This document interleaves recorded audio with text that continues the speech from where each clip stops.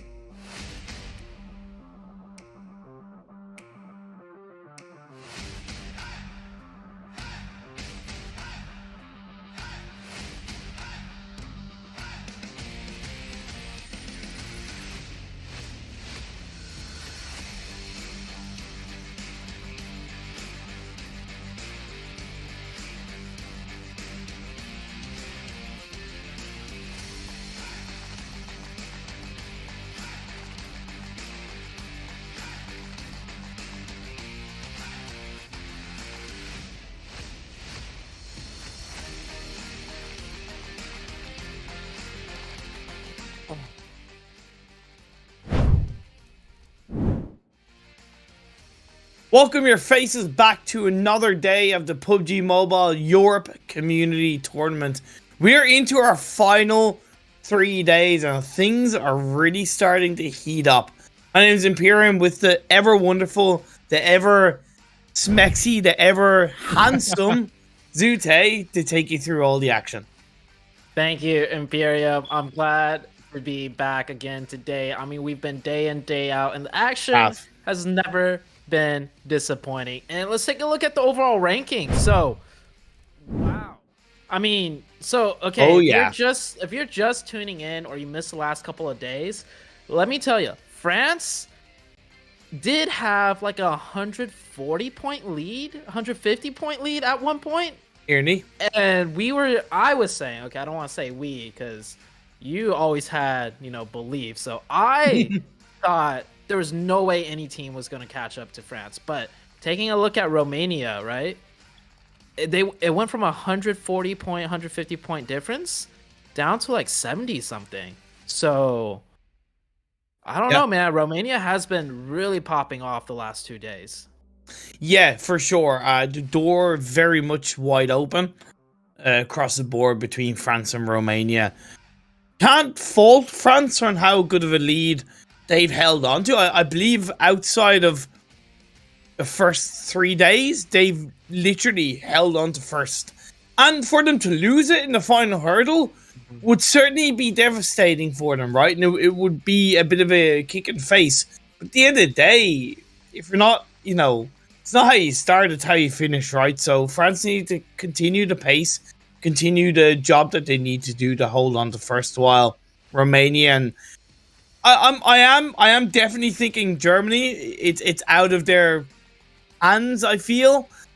You're talking, well, actually, no, that would be kind of hypocritical if I said it was out of their hands, because, look at what Romania did across the last 2 days, but then we would be leading into the final day, and then, there's a lot of questions, but until then, let's move down towards the overall standings as well, and kind of highlight Italy and their kind of continuation of trying to hold on to the top 4. They've allowed themselves to fall down, I believe, like 80 points behind Germany. Again, it's a bit of a shame because we saw what they were able to do in the first 2.5 weeks, and to see this kind of, downfall in the last 2 days, it's a bit sad, man. Yeah, they were at one point, really fighting for third and potentially second. And now they've just been floundering the last couple of days, not having any really successful days whatsoever. And looking further down, I mean, we have Nordic, right? The Nordic countries. They've been kind of around the 5th place spot for a while. They have. Pretty far ahead of 6th, a little bit behind 4th. I think for them, they're probably going to end up staying around that area. But I do want to see them try and, catch up. Like, try and go hard. Try and go big, right? Like, it's always, good to see those teams, try and step it up, even if the goal is a little bit out of reach at this point. Yeah, it's a... Okay. The points difference is low-key there because, again, each community has 2 teams, so technically it means you're able to create that cushion a little bit more effectively. However, that means it can happen the other way around. So I want to see more challenges because I don't want to see it just come down to the top 2, right? I don't want to see it just be the kind of solidified 3rd, 4th, 5th. I want to see every single team in some way, shape, or form. Hey, it's not over till it's over. We're going to fight till the bitter end. Moving, though, on to a little bit of a more important topic, Zute. The groups that are participating today. So Group A, Group B, Group D, Group E. That means Group C are not playing today. Group C, the teams that are not playing today would be Chasmok, Showdown Gaming, Big, and 4 Romanian men. Like, these 2 teams, or these 3 teams, Chasmok, Big, and 4 Romanian men, they have had insurmountable days the last 2 days. All 3 of those teams have absolutely just completely popped off. Yeah. And not being able to see them today, the pacing of the lobby is going to be a little bit different, I feel like. And potentially one of the other superstars teams, hopefully this will be their time to really, capture the spotlight and run it run the whole day with it. Or potentially, we might see teams like Greek Army or the 100 really step up today with these bigger people or bigger teams sitting out, and they could take the day away also. Yeah, for sure. We need to see the 100, in my opinion, kind of to an extent, step up, because UK were in 6th. Czech Republic / Slovakia had a bit of a positive day yesterday, and they jumped up to 6th. So UK has it in their hands to at least get into 6th. I was talking a little bit of maybe even them fighting the Nordic countries for 5th, but I don't know if that's going to be possible, especially as they only have one team representative in today's 4 games. We'll have to wait and see. We're moving on to the first map of the day, the first game of the day. We know by now, it's the Hollow Grounds of Erangel. I'm looking forward to it. I hope you are too, man. Yeah, so quick correction. When I said Showdown Gaming, they used to be Showdown, but they are now known as the Real Tiger 9 team representing the UK region. All right, so we're on to the first game. A very perfect plane path. Diagonal, like the way you like it, Imperium. I remember you saying you don't like straight line plane paths. I don't. Diagonal. Yeah, diagonals are the best one for all the teams, and this one's straight in the middle, diagonal. So I don't think we'll see anything interesting or like hot drops wise for the beginning of this one. You know what I'd love for PUBG Mobile to introduce? I'm listening. Squiggly lines plane path, like, you know, plane paths that like plane paths that kind of like, you know, zigzagged in some way, shape, or form, right? I know technically that would defeat the purpose, and it probably would allow teams to land absolutely anywhere on the map. But if they maybe change it so you could only drop down a certain distance, I don't know, but I know, because I feel like, no, it's not as realistic. Planes don't go in diagonal lines like this. They do swirl around a bit. Okay, I'll shut up. I'll shut up now, man. Better yet, the plane, you know, flies in to like half of the map, and then it just U-turns and flies the other way back to where. Oh my god, that would be so toxic. Okay, that would be so toxic. Yeah, taking. Speaking of toxic, this circle can get a little bit toxic, as you know, it's a 60-40 on military. Most likely it won't go on military, but it can get even more toxic if it goes towards ferry pier or go towards the bridge, keeping the water in consistently throughout the rest of the match. Lemniscate going to Pachinki, I find quite interesting, because as there's no real Tiger 9 and that plane path is so diagonal, there was no guarantee, unless Lemniscate wanted players, the IGL, happened to maybe ask Mega Power if they were going to drop in Pachinki before the broadcast. That's perfectly viable to do. But if they didn't, I think there was a bit of risk there for Lemniscate. I'm glad that it's paid off, but, you know, as someone who doesn't know if Mega Power told them that they weren't going to drop in Pachinki, I look at that as a bit of a risk, because Mega Power could easily have dropped there. I agree. Mega Power, we have seen them drop here before, especially with that type of plane path. They sometimes drop here knowing that Real Tiger 9's not in here, so it's a little bit risky, but we've seen time and time again, they actually really prefer Novo, and they want to develop their strategy and rotate from Novo even further. Yes. Even if Pachinki is a closer drop, they will stretch towards Novo and continue that strategy of theirs. So I like that commitment, right? It shows that they're not just going to Novo because it's their secondary, but it's because it's mainly their primary drop for Erangel. Yeah, well pointed out. Indeed, that seems to be the case for Mega Power, and it also allows Bravus to have a little bit of a cleaner loot spread on that kind of coastal line position, because he saw a good few games in the first couple of weeks of the PMECT where Lemniscate and Bravus would have a little bit of a crossfight on towards that split drop in the mainland of Erangel. So yeah, it's good to see a bit of a positive domino effect, I suppose, where teams are able to cleanly loot up.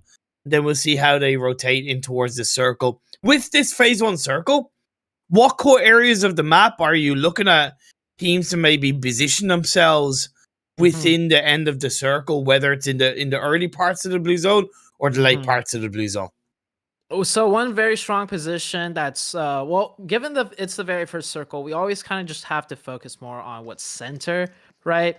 Power positions don't really come into play until the circle Yes. gets a little bit smaller, because who knows where it could go. So we'll stick with the power positions that are more central. One really big one is, of course, the newer added addition of those bunker dip areas, right? Just north of Ferry Pier, there's that area with you'll see right there on your mini map, right north of Ferry Pier. There's the new bunkers. It dips in. It's the newer addition. And to the east of that, of course, it's the hilltop, and then the square compound right next to that hilltop, all around the center of the map. Those three positions are all very strong, and they have all very good options to rotate out of and control a lot of different sight lines to gain more info for future rotations if the circles were to shift away from that. Yeah, can't argue with that one. Naturally, I look at the western side of the map as being a little bit of a safer part of the circle to hold on to right now, or at least avoid early game action. So La Familia looting up Quarry Hill. You have the kind of hill that's north of Quarry right now, which I think is pretty good. Obviously, you're not getting a massive amount of information based on where teams will rotate from the eastern side. But again, if you're looking as a team to have a little bit of a more passive, less risky early game, having that kind of western side of the circle under your control could be a positive thing. I agree with that one. Taking a look at the rest of the map right now, yeah, this is a very slow start for Erangel, the plane path, allowing for all the teams to drop where they want to. They're taking their time to loot, and given the first circle, I would kind of expect faster rotations, because there's so much of the water in play, and those three areas that we named out can be very crucial throughout even the late game or early stages of the game. But it seems like teams have decided to slow down the pace. Actually, thinking back to the last couple of days, if teams aren't fighting, they're usually just taking their time on their rotations. So we're seeing a shift towards more like a circle 3 priority, where they'll take certain positions on the map. I remember like first couple of days, actually the first week even, we saw a lot of early rotations, right? And over time, it slowly started to slow down as far as how fast they want to go for a center spot in the first circle. And that's where I think this kind of early game situation massively complements a team who are finely tuned in to how other teams around them rotate, where they rotate through, and what kind of timing in terms of the rotations. Because of that diagonal plane path, and teams are able to go essentially where they want or to their normal loot spots, you don't really have a cluster of teams on one side of the circle. Yeah, okay, I highlighted the eastern side is technically heavier with teams, but it's a sprawling spread, right? So if you as a team, as an IGL, know from plenty of other from experience with the teams in the past, are able to say, hey, we know that this team is going to rotate through here, it allows you to counter them a little bit more heavily, play around them a little bit more effectively, and hey, even pick up a bit of a surprise knock here or there. Morphe Boy with the SLR. Ooh, that's going to be one headshot right there. DeVito actually doesn't peek out any further to challenge that. That's pretty smart. I love seeing the more use of the SLRs and minis too. I do think they deserve a buff though. They're still a little bit too difficult to use compared to how easy it is to just, single tap with the M16 or single tap with the M4. I would like to see a slight buff to those DMRs as far as like recoil goes. Maybe lessen the recoil a little bit, or increase the damage slightly, but I think lessening the recoil is more effective. The damage is already high, and we're seeing some teams here, Eastern Stars, starting off with only a 3-man.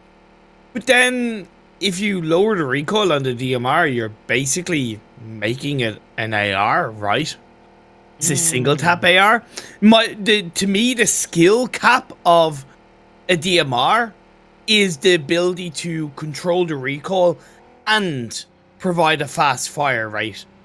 You know? So if you're talking about a buff, which I do generally agree with, I think a damage buff to make it so that you are rewarded for that skill comparative to an AR.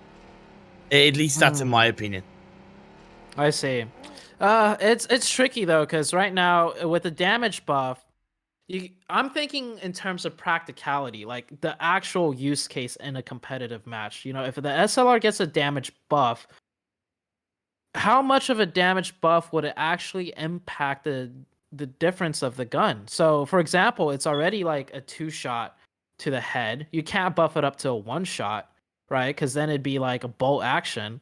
And even if you buff up the damage a bit, it still might end up just taking 2 shots to the head, 5 shots to the body, or maybe it changes from 5 shots to the body to 4 shots to the body, right? Yeah. But it's like, it's not you'll never be able to hit 4 shots onto someone's body like full HP. They'll get behind cover. See, I don't know. I don't know. I kind of want to disagree because it's not being used, because the DMRs aren't.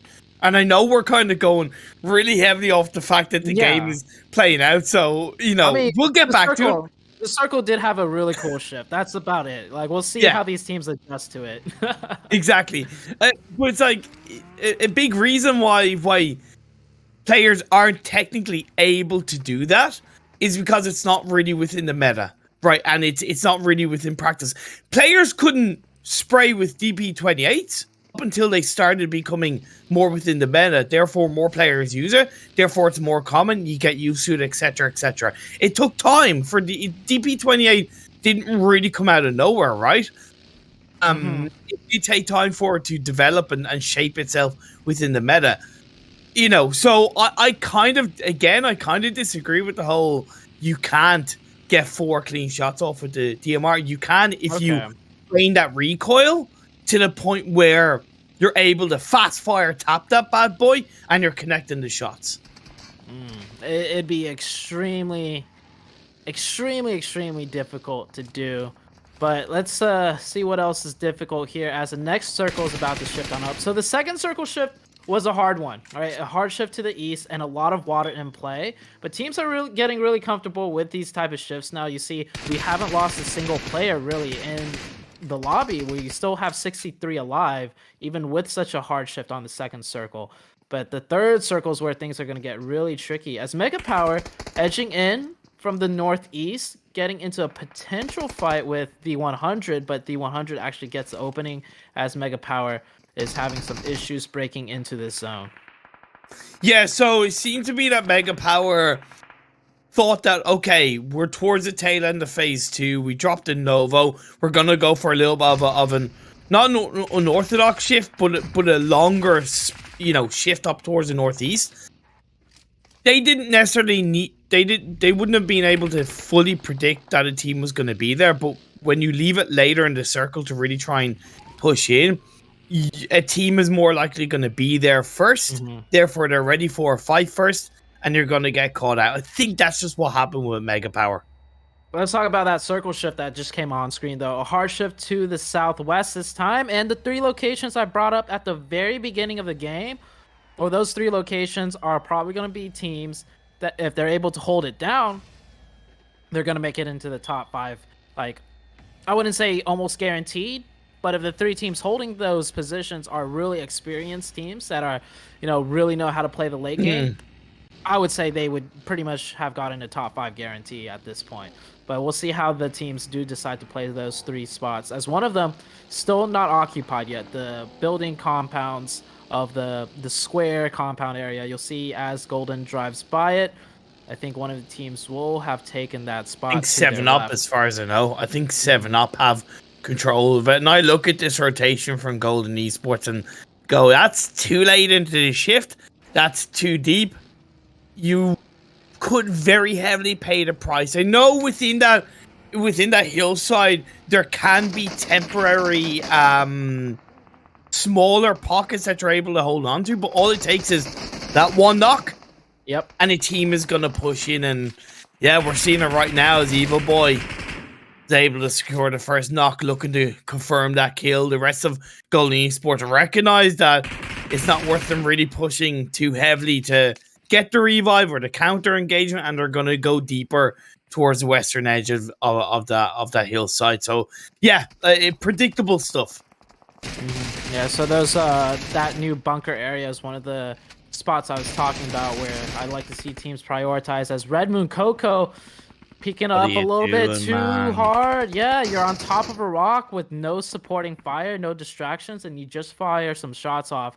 I don't think that was the right move, as Coco will get knocked and thirsted. And Game Lords coming in strong here, crashing onto Red Moon. They want to take this fight. They're feeling confident. They are.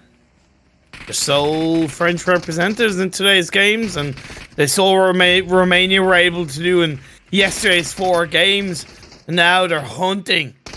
They do have one player knocked, but at the end of the day, Red X is the last player left alive. He's going to swing in with the DP28, get to knock onto Akashi.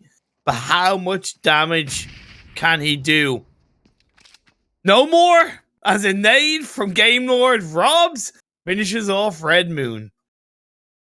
Beautiful grenade right there. I love seeing Game Lords play aggressive and lose players in terms of getting knocked, but then being able to get the full reset. That just shows really good teamwork and synergy.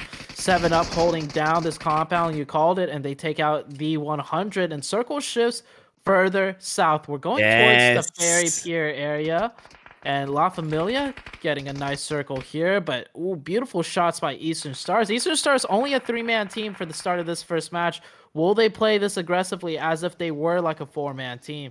That's yet to be seen. It looks like they're trying to posture around, maybe get a second opening. Athos is pushing up closer. 2 people covering Athos right now. It could work out. Athos, you're going massively deep. Nade's been thrown out by Evil Boy. Overcooked? Gordon Ramsay wouldn't be too happy with that nade. Another one. We'll see Athos knocked down. Just not even surprised with that. Eastern Stars realistically pulled off what Golden Esports tried to pull off earlier, right? And again, just predictable stuff. Yeah, okay, getting an opening knock onto a La Familia player technically made that a little bit more possible. But again, when you start the game as a 3-person team, it just makes that a little bit more challenging, and now they're down to a duo.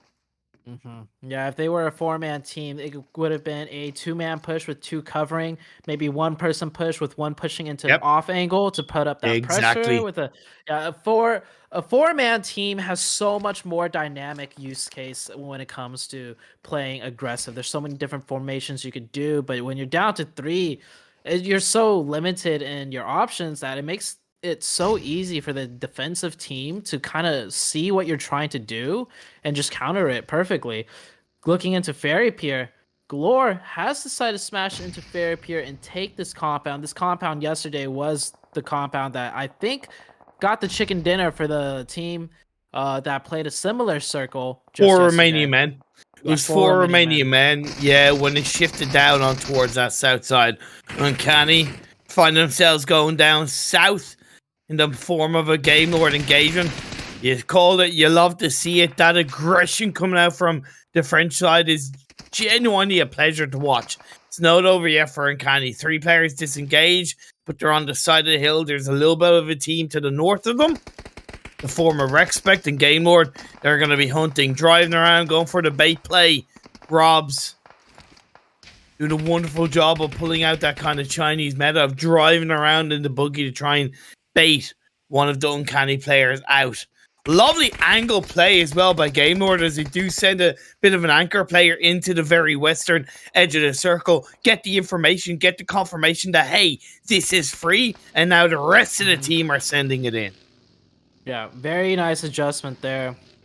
They try to get further openings on Uncanny with the previous angle they were using. Couldn't find any, so they're going to navigate a little bit off to a different position. But you see here, they're not letting up this fight. They want to keep punishing the Uncanny because they know they got a knock and thirst on one of them, and they're very comfortable taking a 4v3 situation. They just need to set up and figure out the best way to go about it. simple things such as Akashi taking a little bit of damage, I think encouraged the rest of the team to support him in that angle, and now they're going for the push. Hidakori can really do nothing in that moment, trying to use the rock as a bit of cover, but he is going to get knocked by Victor. Joker scales back. He's going to be walking right into the hands of Rexpect, and I believe it was Spicy that finished off Uncanny. Just clean, simple, what we know, what we love about Game Lord. Ooh, Game Lord looking so clean right now. Circle has shifted down to the southeast, by the way. We're going straight into the heart of Fairy Pier. Damn. It's going to get extremely messy, this game ending right here. You see the circle. Some of the water's still in zone 2. And La Familia, oh my God, down to 2. Clay gets that first aid off. I think they're going to be able to get that full reset, as most of their knock players are all safe with inside the building. is that actually towards the pier area? No, not quite. It's offside, but there is a tiny bit of an island in play. I just want to point that out there. If you wanted to be big brain on the north side, or you know, kind of northeast or northwest, I'm looking at Bravos and I'm thinking for them, just to send it into the water and go into the small island, they call that a potential, not necessarily game-winning position, but at least top 3. I agree. This should be a top 3 if they were to take that location there. As La Familia trying to hold down the line, hold down the defense against none other than Game Lord. Game Lord busting in right now, already at 8 eliminations, and they're going to keep continuing to edge in and take the fights with the teams on the edge and pick up those elim points. They know they can't just rotate and drive by all of these teams, or they'll just start losing players one by one. So instead, they're going to work on their teamwork and work on their gunfighting. The grenades are super deadly, though, as they do lose one more player. La Familia, I do believe, just down to 1. Victor goes down to the side of, I believe that was the team of LMV across the road. Yeah. Robs is going to try and take advantage of this. He's going to press onto the team of La Familia. La Familia just down to 1. The jiggles back and forth. Robs able to find him right there, and Robs will get the confirmation and will get that team wipe. Game Lords down to 2, but with 12 eliminations. Yeah, it was just one of those things that can happen in the late stages of the game, especially on Ferry Pier. But if you notice, the second they got kind of third party from that, from I think it was like a southern side, they instantly made sure that like Robs is like, I'm going nowhere near that side. I'm taking the engagement from the north side so that I don't get third partied. Clean, simple, reactive. What's led Game Lord to getting the 12 points. The next circle has gone back up north. Unfortunately, that small island that I called him, which, credit to Golden Esports, they did go there as a duo. It's not inside, but hopefully it's going to be out of sight, out of mind. Golden Faria taking some really long range shots. The M4 connecting, but not connecting enough. So Golden, with this zone, are they going to be able to cross it and just swim across safely and get into the next zone? Or given the fact that this is such a small zone, they might just end up running into another team that might want to fight them. They were stupid. Okay, sorry. Okay, let me rephrase that. It was very silly for them to take shots at LMV if they need to move over. The reason why they've been taken out is because they took shots at the LMV. That meant LMV were going to be looking in their direction. If they hadn't taken shots, they probably would have crossed over safely. Yeah. Taking shots sometimes. You gotta factor in how many teammates you got left. If it's just you and another teammate, sometimes you want to give up that 1 elim point, even if you're for sure able to guarantee it, simply because with the zone, with how many teams are left in the lobby, you might be able to get more points just by staying low and staying quiet and getting them through placement instead. There's no big, but LMV are certainly looking to go big in this game. 6 eliminations so far. They've been in this Ferry Pier position for quite a while. I think since phase 2 or phase 3. They've carved their way in towards an entry point of the circle. Game Lord have gone down, but it has been, of course, an absolutely wonderful game for them with the amount of eliminations. We'll be able to see later on when we get to the match rankings. Down goes Bravos. The hands of Greek Army. Who else but Greek Army? A team that have made a big name for themselves as being able to put them in from the edge, take control, take over, and we saw them get rewarded with a chicken dinner yesterday. Will we be looking at another one for the Greek community? Maybe. Maybe. We'll see where this circle goes. 7-Up still has 4 members alive, though. So 7-Up could also take this one. Same with LMV. The circle, if the circle goes more center, I think it works fine for LMV. They have some of that high ground to work with to, push on down from. Plus, they have the smokes. Whereas with 7-Up, if they don't get the zone, I feel like they have nowhere to really cross and no real play options. It's really interesting. It's 4v4v4, v3v1. It's not too common in the very late stages of the game that we see kind of 2 to 3 full teams. Definitely not. And given the circles, there were some pretty crazy rotations that needed to be made as well. So if you're keeping 4 up, like, kudos to you. But also kind of go back in the footage and watch, did you actually do something different? Or how did you get those extra viewers? Figos nearly gets knocked. Greek Army Insania is put down to his knees, but it is traded. I believe it was Perks that went down for LMV. I like that 2-2 split from LMV, but I would possibly nearly say 3-1 would have been a little bit more ideal, considering the circle number that we are in, which is, of course, phase 7. Lemon Skate using a sniper tower. They have 7-Up. Of course, looking to encroach on their space. Sound the first one to push in, which I don't mind, but it can't be instantly followed. Are you asking to be blown up one by one? It isn't the way to go. If you're going to send one player in as a little bit of a teaser, yeah, but send the full squad in later on. That was so silly from 7-Up. And now his third knock comes through. Sharky's left on his own. Talk about easy kills for Lemon Skate. No, man, that full send, respectable. Get out of it. They came up with the plan and they went for it. It was not the best. Of course, it was not the best, but they did something. They tried to do something decisive. Now, hopefully, they could go back and VOD review footage and maybe talk about it amongst one another and talk about a different plan that might have worked out better. But they're still sticking to what they know. Right, and one thing that we do know that they know is playing aggressive, because we've seen this team play aggressive before, and it was impressive to say the least. Times I think you're too nice, Ute, but that's part of the reason why we love you. World of PUBG Mobile. The game continues on. Phase 7 going to be closing into Phase 8. Perks gets knocked once again. Greek Army, they may be down to a couple of players, but they're looking for this fight onto LMV. A third player goes down. I believe that's just Japan left on their own. Don't know what has happened exactly, but with the Mini 14 and the kill feed, that's going to be Greek Army being put down to, I believe, 1. Starkey stepped up with the M249. 2 separate fights going on right in front of our eyes. Oh, he's the throwaway play. Retard? It's going to be the Versace. What? No way. The confirmation comes through. He isn't squad wiped. What is going on? Starkey has been able to survive a nade in his direction, puts him down to about 20 health. Versace, what are you doing? As the last player of Lemon Skate, you can't let it be thrown so effectively. Japan, like I said, with the Mini 14, gonna find Stybone. I said that she's the last hope for LMV and getting the job done. Oh, Versace does find it. Lemon Skate in the top 3 position. It's a free-for-all. It's a 1v1v1. We had 4 players alive, and all 4 players were representing their own team here. Now, Greek Army versus LMV versus Lemon Skate. Who's going to come out top? The circle does favor Greek Army just slightly here, as the other players will have to crawl on in. Japan looks like they're the ones that's going to be targeted to go out next.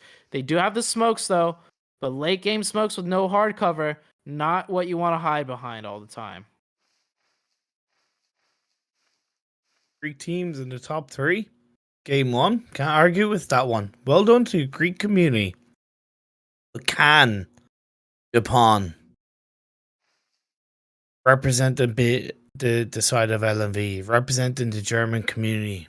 Can she pull out something massive? It's a chunk of blue zone damage. Has to step up to get out of the blue, but that gives information over to the veto. DeVito yet to pull the trigger. I respect that because he doesn't know where that third player is. I'm pretty sure he knows it's 1v1v1, but he just doesn't know where that third player is. So having a little bit of discipline, tracking where Japan goes, could be the reason why DeVito cleans this game up for Greek army. Japan gets behind a tree. I think she's fairly sure that there's a player inside that smoke. Take the shots. Now just wait. Chucks a nade. Not really sure. I think she's predicting that he's trying to make his way out of the smoke in that direction. And Versace stands up, gets the kill. We're down to a 1v1. It's Greece v Greece, baby. DeVito is able to slam a bit of damage onto Versace. In through the smoke, he finds a kill. He finds the elimination. And that's a Greek army chicken dinner. You know what else is a Greek army chicken dinner? Yesterday's game. That was their very first chicken dinner yesterday. Yes. And just like that, was it the very last? It was the very last game of the day. It's technically back-to-back. Technically. Yeah. It's back-to-back, technically. Greek army. Like, I would have to say, most improved team out of all the teams we've watched. Ooh, granted, they started off very low. They were at one point the lowest point gathering team. They were. And now we've seen them manage to stow, little shines of brightness here and there to just this last week, a bit more consistent to what we just saw yesterday. The last game of the day, they got a chicken. And then starting off today, a chicken dinner. I mean, I said it at the beginning of the show, Imperium, without some of these other three big teams playing, Chasmok, big, without them playing today, this could be time for like teams like the 100 or Greek army to really step it up. Definitely. And they got a chicken. And what a chicken, by the way. Through the smoke, very nicely done. And I'll be honest, I'm going to go on a little bit of a ramble here. I had people messaging me with regards to Greek army playing in this tournament and representing Greece, saying to me that there's better teams that can represent Greece. My answer to them, and my answer is always going to be this: at the end of the day, they were asked to represent Greece. They've done it.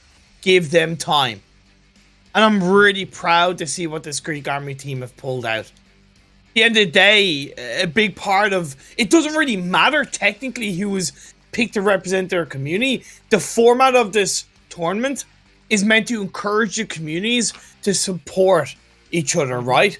For the Greek community to come together and support the two Greek representatives. So to have people complain to me and say, they don't deserve to be there, it's like, no, give them time, support them, get behind them, and see what they can pull out. And that's exactly what they're able to pull out. Chicken dinner technically back-to-back, plus Lemnis skated in second.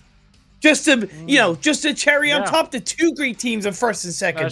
That's true. Well done, Greece. Well done to the teams. Community. See what they can do. Continue to support them.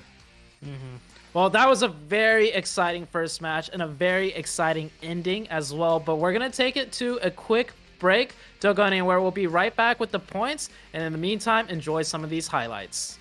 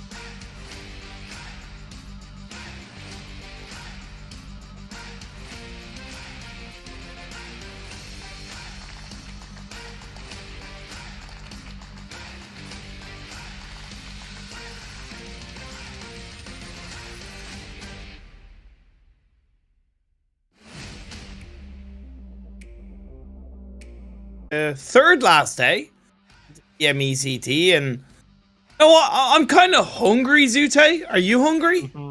Oh, I know exactly what you're talking about. Yes, I'm quite hungry. Tell me, what's up for lunch or dinner, wherever you might be in the world? You know what kind of food I'd really enjoy right now? What is it? Really love some Greek food. Would you? Would you like some Greek food?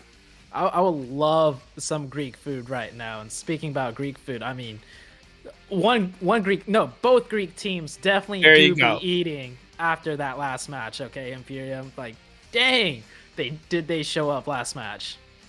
They really did. They genuinely did. A confident win by Greek Army with 10 elimination points. We'll be showing you the match rankings in a second. 25 in total. Can't argue with it, right? Let's switch over to match rankings as soon as we can. And then Lemniscate, 6 eliminations, second place with 12 points, 18. That's like, what, 43 points in the first game for the two Greek teams. That's really good. Like, that's really good. 43 points in the very first game, and there's still 3 more to go. We were talking about how like 100-point gap is like a lot to cover, but you can see when both community teams pop off together, they could get around like 40+ points, and that's in one game alone. So really good job by the Greek Army. Of course, got to shout out LMV, the sole representatives today for Germany. Without their brethren team of Big playing to date. That's a really solid first match to keep them up in the running in that upper half of the overall leaderboards. And exactly. A curious thing to note is Game Lord, right? 13 eliminations and only 2 points in placement points. That's the definition of just fighting your way in, and then having the circle just keep shifting on away. Just Game Lord doing Game Lord things as well, right? It took team fight after team fight after team fight. I do want to highlight, it was a very good game, and I say this more so in comparison to their recent form from not only REXPECT, but I suppose the whole of the Spanish community. REXPECT with 9 points, Bravas with 7. It's been quite a while, at least in my recollection, in my memory, that we see not only one but both Spanish teams in the first half of the match rankings. Yeah, and shout out to Bravas. We were seeing them start to pop off a little bit yesterday, a little bit more like consistent too. Yeah, and we were saying like coming into today, Bravas might be another new kind of up and coming team.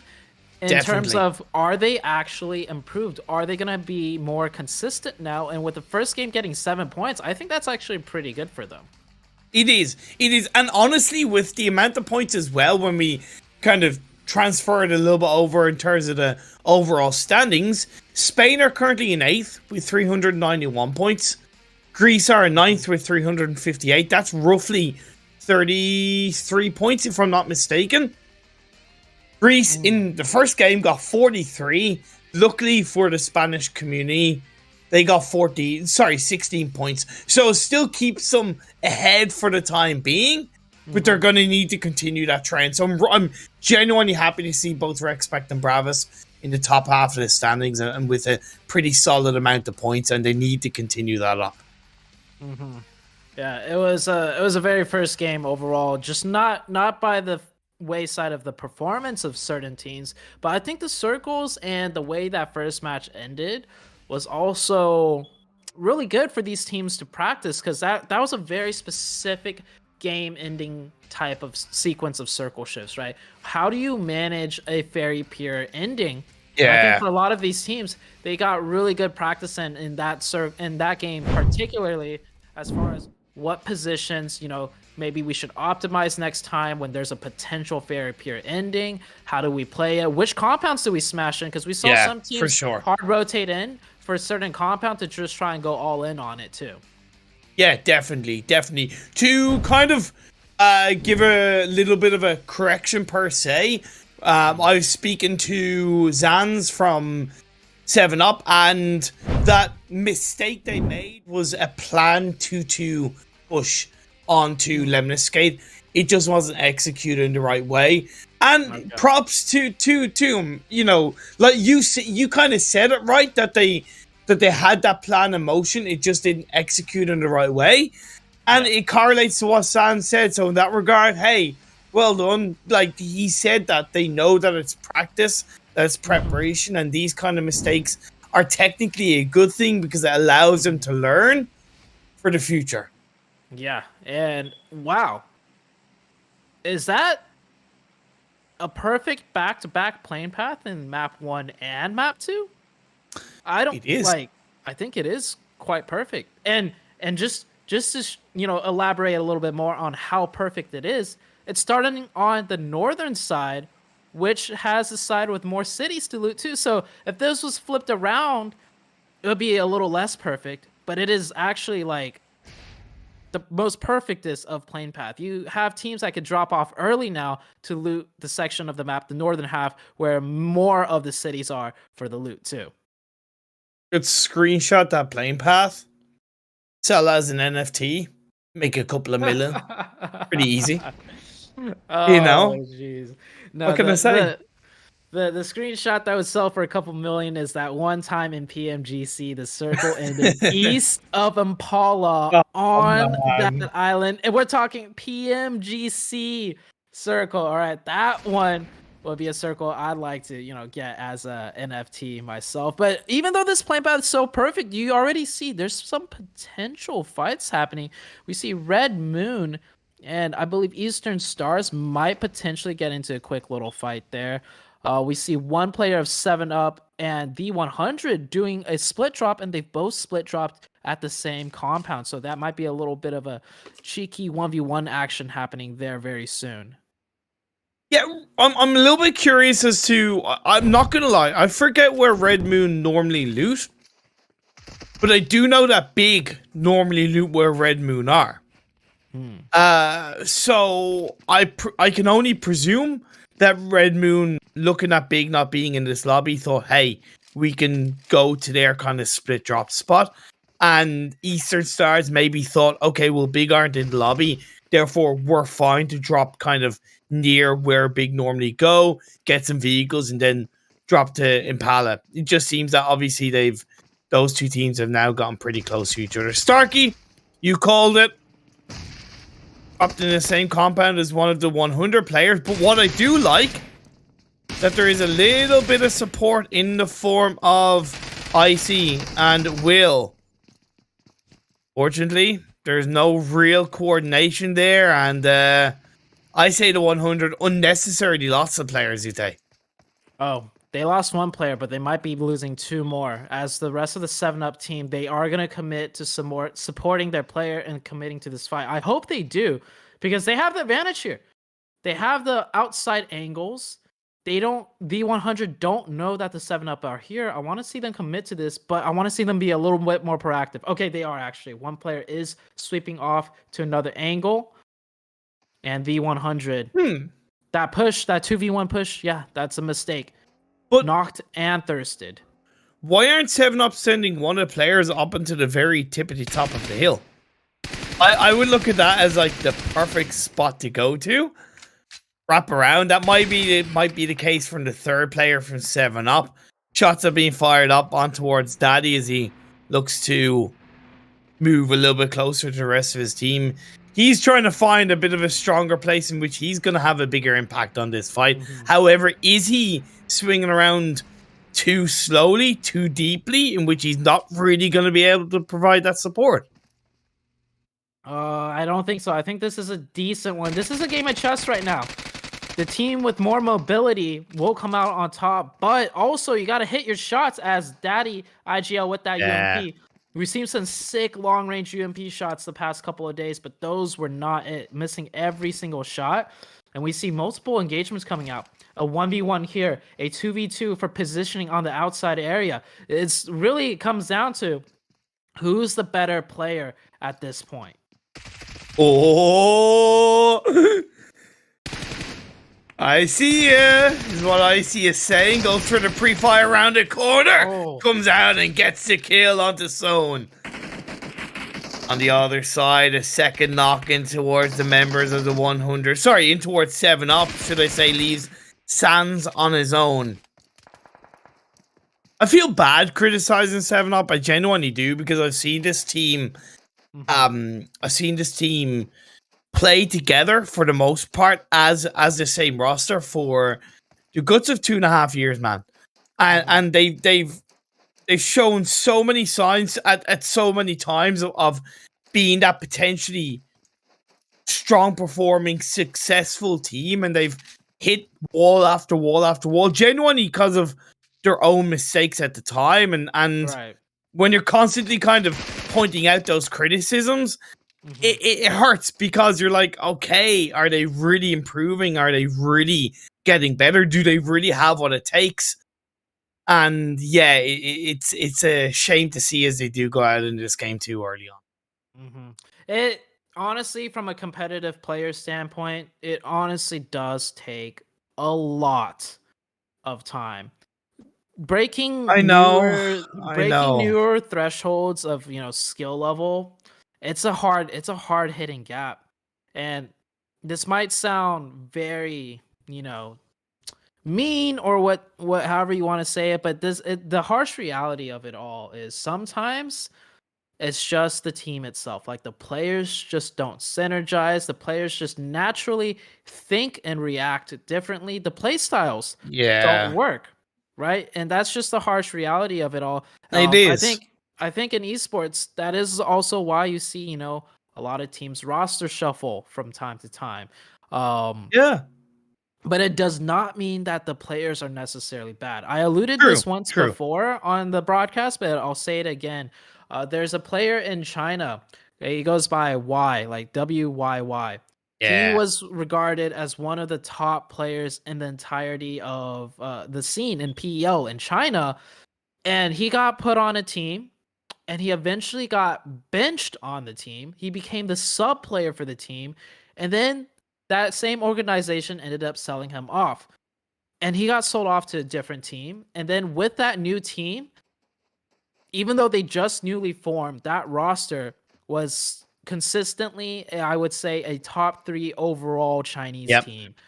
Yeah. In China, and being top 3 in China, well, I mean, we already see what Nova does globally each year, right? So it does come down to player synergy and player styles too. It's not necessarily this player is bad, we need to switch them out. I agree.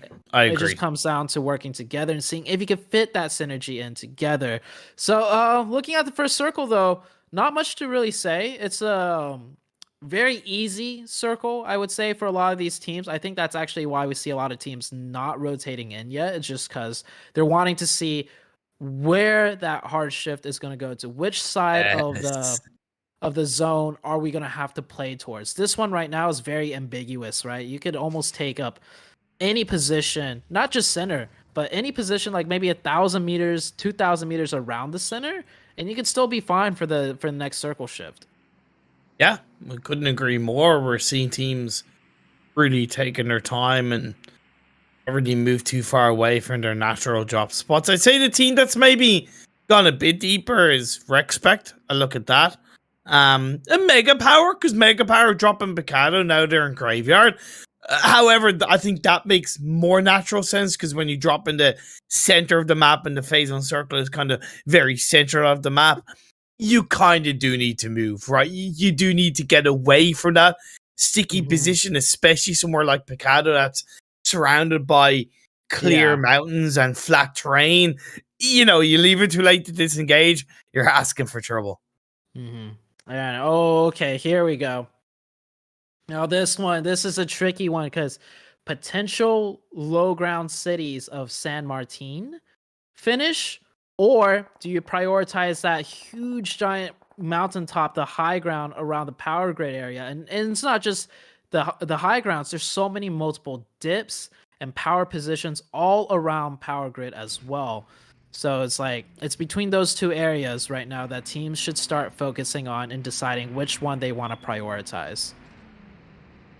La Familia running through Minas Generalis could get close to Mega Power on Graveyard Hill. Greek Army.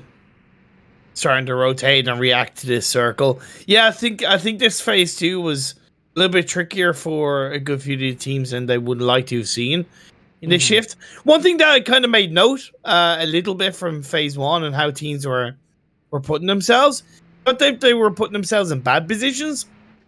But I would like to see more teams pull off split positions, right? Yeah. I noticed Game Lord had a 2-2 either side of San Martin, so ready to prepare more effectively for phase 2. Whereas not a lot of other teams were doing that. They were kind of very clustered within their own position, and this kind of phase 1 circle, I think, is a little bit more rewarding to a big split. So you get multiple angles of information. Zenny there, by the way, with a really sick skin. We saw some glowing particles floating from it. I would love to see more guns like this, just because. Really? I mean, it might be a little bit distracting. Isn't that I was just gonna say, wouldn't it distract you as a player? Hey, I'm a retired competitive player now, man. I'm all here for the show and the bling. There you go. See, like I said, you're a fully formed caster, man. Welcome to our world, man. Yeah, whatever looks cool and blinged out. Hey, put more of that on the screen. Are you not esports entertained, right? You know, anything that can make it as shiny as possible. I like this position from Bravas, by the way. Again, I low-key argue that they could have a bit of a heavier spread, but their position on the Picado Hill, I look at as being quite positive. I will say one thing really quickly, minor detail. I don't like how he's prone on top of that mountaintop. Oh, that's very fair. Yeah, like, you should always be crouched, and when you think you can laser someone without getting return fired on, then you prone. But staying prone, the second you get shot, it takes so long for you to get up and readjust that you could just get knocked and thirsted because you were just proning around. So just like, minor detail right there. But it kind of like low-key triggers me when I see players just staying proned around, because that's when you do get punished for it, you'll feel like an absolute like idiot for being like, why was I prone there? For what reason? Right? Yeah. So. Yep. Yeah. That's well said. It's the little things like that, right? It genuinely is the little things a lot of the time. Those small little corrections can be the difference why you not only end up getting taken out, but your whole team is more heavily exposed if you get taken out, right? So you proning isn't just negative for you, it's negative for your whole team. Right. And speaking about corrections, a lot of teams got to make some corrections to their positioning now with that hard shift. That is a hard shift to the northeast. I predicted the power grid or like the San Martin area. Well, this hard shift has taken it completely to a whole different another terrain of the map. We do have the low grounds, you know, coming in around the center of the area with some really strong compounds. While Eastern Stars take some shots at La Familia, they're committing a lot to this. Ooh. Yeah, they were committing a lot to that revive, but that revive is not going to even go out. They lose 2 vehicles in the process of that. La Familia, though, does have some good support lines to try and maybe save Clay here. Yeah, but I look at this as La Familia dropped much closer to Minas Generalis than Eastern Stars, yet both teams are there kind of the same time. If La Familia wanted to go up and towards this mountainside of Minas Generalis, they should have done it in phase 2, not when phase 3 popped up. It's too reactive. And in that time, Eastern Stars had made their way from Impala, which, by the way, it's not like they rotated super early from Impala. They waited until phase 2 popped to start rotating. And they're still able to get close to La Familia. So incredibly slow reactions from La Familia caused them to lose a player. Yeah. I'd have to agree with that one. 100% there. And also the scouting work. I don't think you should ever really scout with a bus. If you actually, I didn't see the cars they had, but I'd rather them scout with the other vehicle that pulled up than the bus, because that bus just too slow. You saw him try and turn around. Oh yeah. Eastern Stars just, you know, really blew them up. Game Lords on the southwest side or the west side of the circle, continuing to hold the high ground near San Martin, prioritizing the edge of the map, but not just the edge of the map, but also long sight lines into the center of the map, so they'll have a decent idea of what to do next, where regardless of how the circle shifts.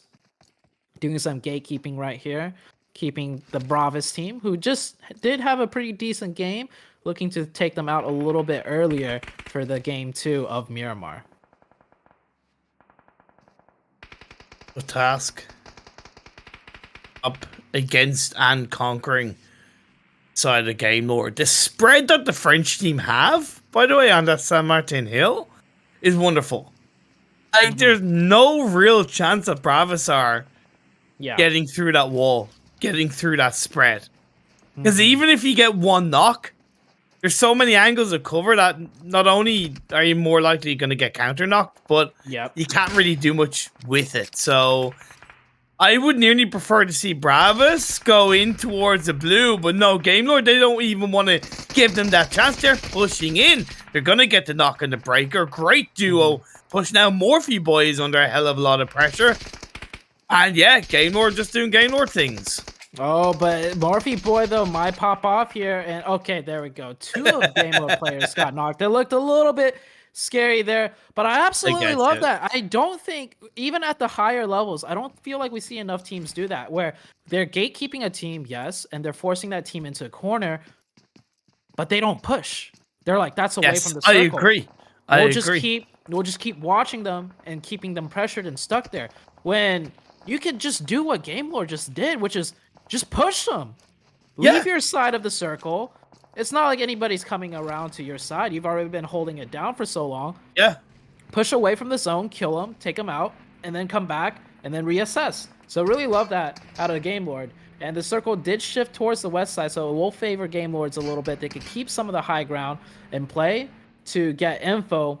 As for a lot of these other teams on the north and northeast, they're going to have to kind of make a mad dash towards the zone. And there's compounds left that are open, but it's all around the edges of the zone. So it's going to create a big buffer zone for a lot of these teams. Eggenbauer have the golden egg position of the circle. In my eyes, the compound that's a little bit down towards the southwest because it's very flat around them. You have the roadside. You have the opportunity to pick up a good few eliminations. Eastern Stars looking for the same on towards the members of Greek Army. I like that rotation from Greek Army. I think it's pushed enough that they're not really getting massively focused by any of the members of Eastern Stars. However, 2 players did have to disengage. They had to dip away, and Dean, one of them, get knocked by the members of Eastern Stars, and Insania probably going to follow suit as his vehicle blows up. There's another one in front of him, but that's a juicy nade by Doran to get that second knock. Greek Army right here, struggling a little bit with these hard shifts. Miramar, of course, is always a much more difficult map as compared to Erangel.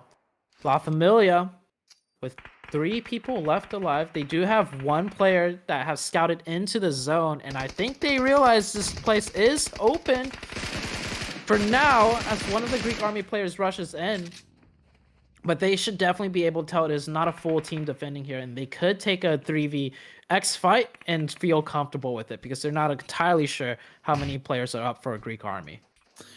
I think it was LMV pushing on to the 100. I believe so in this fight. I could be wrong. Either way, the result, the 100 down to just a solo player in the being cooked up in towards that building. Japan disengages away.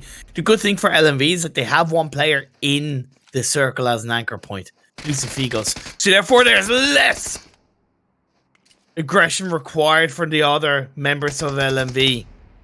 Knock did come through, but Playzone is going to be claiming Will as a victim in this Miramar game. 12 teams left, 35 players.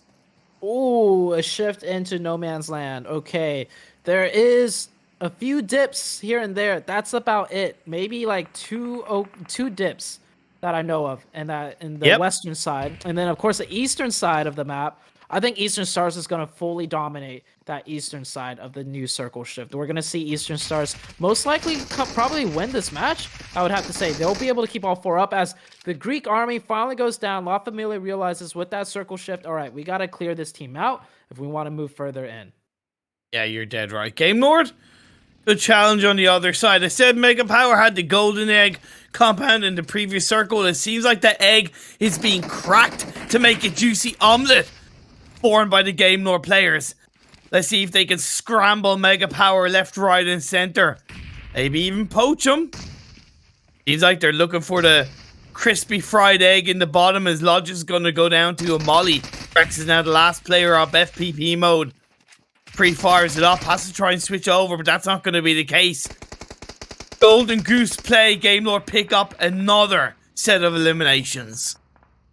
Game Lord looking good. This time around, they're still doing the same thing, right? They're sticking to the edge of the map and working in, but the circles are a bit more favorable. So we might see them get a lot of eliminations and placement points. So that style of play definitely working out when the zones not even favor them, but just shift in a way where it's not constant hard shifts away. So I want to see Game Lord do well here, utilizing the strategy that they pretty much utilized in game number 1, but just translated it onto the map of Miramar. YMCA down to 1, Ket 2 last alive, and he's only got a shack left to play in.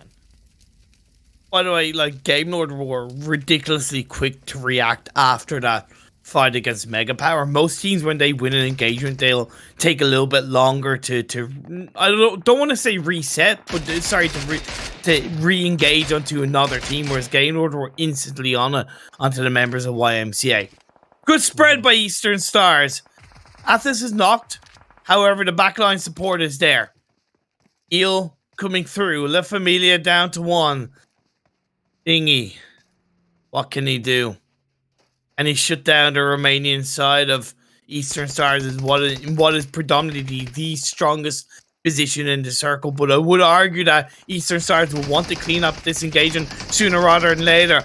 Perfectly executed, though, by Eastern Stars. They finish La Familia off. Not just La Familia, they get the whole eastern side of the circle within their control now. Damn. And with that circle shift, that works out even better for them. I think we're going to see an Eastern Stars versus Game Lord. Wow, beautiful shots. Instant connections, a headshot going out there. It's going to come down to Game Lords versus Eastern Stars. Red Moon, they found their own little pocket deep within the circle earlier, so they might actually cause a little bit of concern right now. But we're down to 4 teams. LMV, Red Moon, Eastern Stars, and Game Lord. LMV, 19 points in game 1. They've got 3 eliminations into the top 4. That's a minimum of 11 points. That would mean 30 in 2 games if they were to go out right now.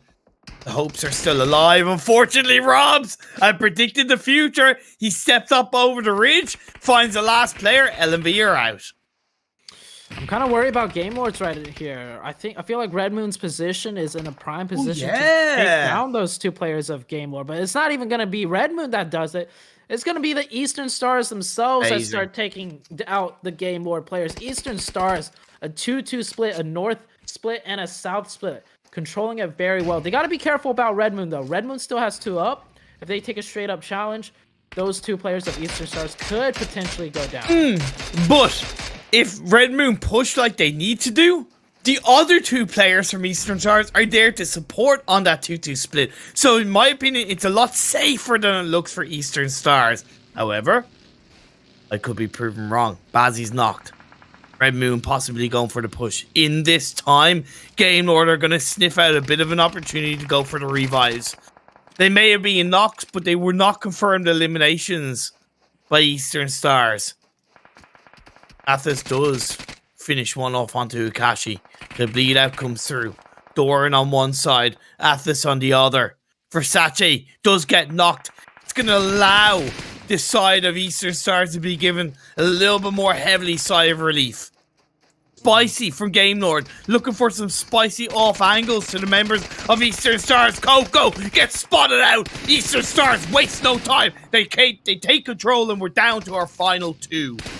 Yeah, but Eastern Stars did lose 1 player when they could have kept 4 up. Now it's a 3v3 situation. Of course, Eastern Stars have the better positioning, and they might actually have a cross angle from the player on the north. Athos could be the one to really break into this fight. You see them have an angle on potentially the low ground. Spicy, though. Spicy. Oh, he's not in the zone yet. He's forced to move out into the open. I can't blame him for that then. Now it's a 3v2, and I think Game Lord is going to be taken out here. Yeah, at first I thought he was in the circle, and then when I noticed the blue zone was pushing, I was like, yeah, he's not in it. Another knock comes through. Eastern Stars, 10 eliminations, a run over. Narvello's last player up. It's a little bit risky around the smoke, but Eastern Stars are confident, and Biddy Ba, out they go. Chicken dinner. Eastern Stars. Eastern Stars. Doran had 7 eliminations by himself, so he really popped off, but two similar playstyles. Eastern Stars controlling the eastern edge, Game Lord controlling the western edge, and you can kind of see throughout that game how this edging strategy works, right? You want to play split, you want to play positions that give you a lot of info, not necessarily, you know, you don't need to just be able to have an advantage position in these fights, but just high ground for the info so you can set up the fights later on to have the advantage when you're pushing into zone. And both teams did that very well. Both teams picked up a lot of eliminations. This time around, the circles just kind of shifted more towards the east each time. And so Eastern Stars, you know, they close it out as they should. Really experienced team. And Game Lord, they fought their way in from the west beautifully well. And I would say they had an amazing game as well. Yeah, like, was just a well-executed chicken dinner from Eastern Stars.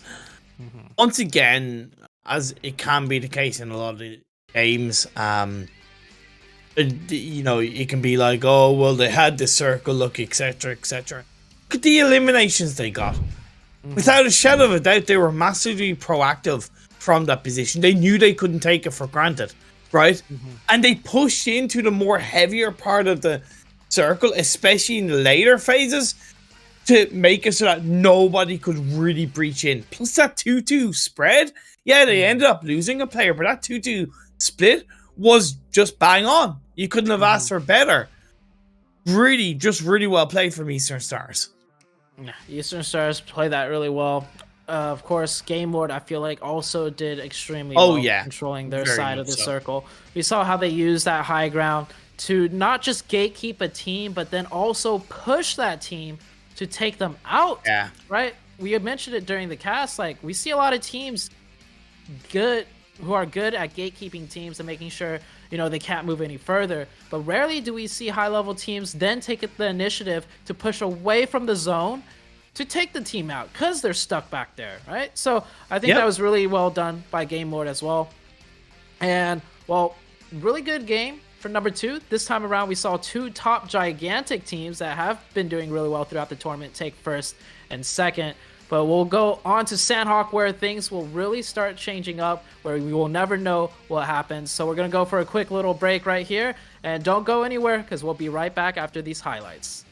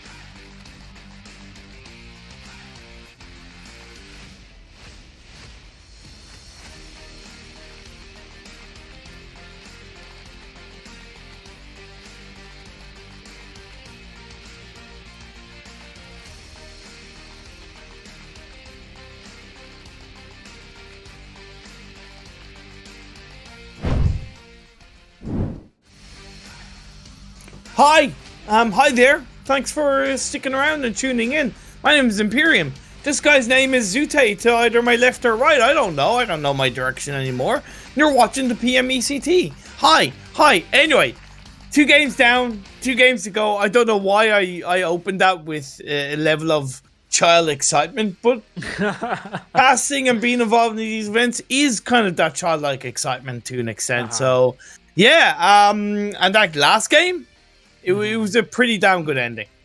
Oh yeah, the first 2 games endings were very different, like opposites, polar opposites of one another, and I think that's one thing I really love about what's happening today and just tournaments in general, right? So game number 1, if you missed it, we had one of the teams that has been struggling throughout the entirety of the tournament secure their first back-to-back chicken dinner from yesterday coming into today.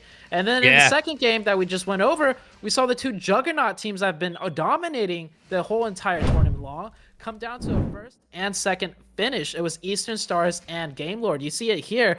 And Eastern Stars, by the way, even though they did not get the chicken, they come out 1 point ahead. Oh no, they did get the chicken. I'm sorry, I misread that. They got the chicken dinner and come out only 1 point ahead of Game Lord, because Game Lord, they had to fight their way in from their edge side of the circle, and they picked up 14 eliminations. That's like 27 eliminations. 27 eliminations alone in 2 games. As a player, I'd be happy to get 27 points in total in 2 games. Never mind eliminations alone. So madness. And more importantly, I suppose, to kind of correlate to the overall rankings as well, France have gotten 41 points in the first 2 games. I say France, but it's just Game Lord. Same with Romania. Eastern Stars, 29 points in 2 games. So still Game Lord have gotten more points for the French community in the first 2 games. So great win by Eastern Stars, but they need to keep it up. Game Lord certainly are keeping it up. Game Lord just doing really well both games right now. And Red Moon, out of the Italian side, it's a sign of life. I think we need a little bit more based on what we have seen them do previous, right? We know they could play even better, right? They've had like 2, maybe almost 3 days of just kind of a dry spell. And Red Moon, at least this is a decent one. They pick up 13 points. But La Familia, still not yet there yet. Struggling with, a 5-point game. I definitely sympathize. I'm used to dry spells. LMV also have had a couple of very good games to begin with. They got 19 points in game 1. They got 11 points in game 2. That's 30 in total. It's really not to be sniffed at, and especially as the kind of the secondary German team, to be fair, and the sole German representatives in today's games, they're really helping to keep Germany in some way in the race for the top 3. In some way, I know there's still a long way to go, and unfortunately, they can't control France and Romania doing well, but they are doing a great job within their control to keep Germany in it. I agree. And we were just talking about Bravus and Respect from game number 1, how they're doing pretty good for their region, representing, their community, so to say. And then in game 2, both teams coming in with 0 points, 15th and 16th finish. So a little bit of hot and cold there out of those 2 teams. But same with Lemniscate and Greek Army, right? Game number 1, Greek Army came out with a chicken, and Lemniscate finished 3rd overall. Yeah. And then game 2, Lemniscate with only 4 points, Greek Army with only 1. I know. It's just the nature of the game. It's you could be doing really well in one map, and then the next game it could go complete opposite. And speaking about complete opposite, we're about to head into Sandhawk, right? Which is going to be another huge doozy of a game for a lot of these players. Yeah, definitely. I'm looking forward to the madness that's going to ensue. One thing we've seen as a trend across the first couple of games has been some very good initial playing paths. I know it's less important in Sandhawk, but I did want to at least point it out. However, I do want to see a nice circle for these teams in terms of just prioritizing that main line, because I do think yesterday's Sandhawk game, the circles were painful because it really encapsulated right up until the very end, realistically, both the mainland and the Southwest Island. So I want to see the teams and the players have a little bit of a break today.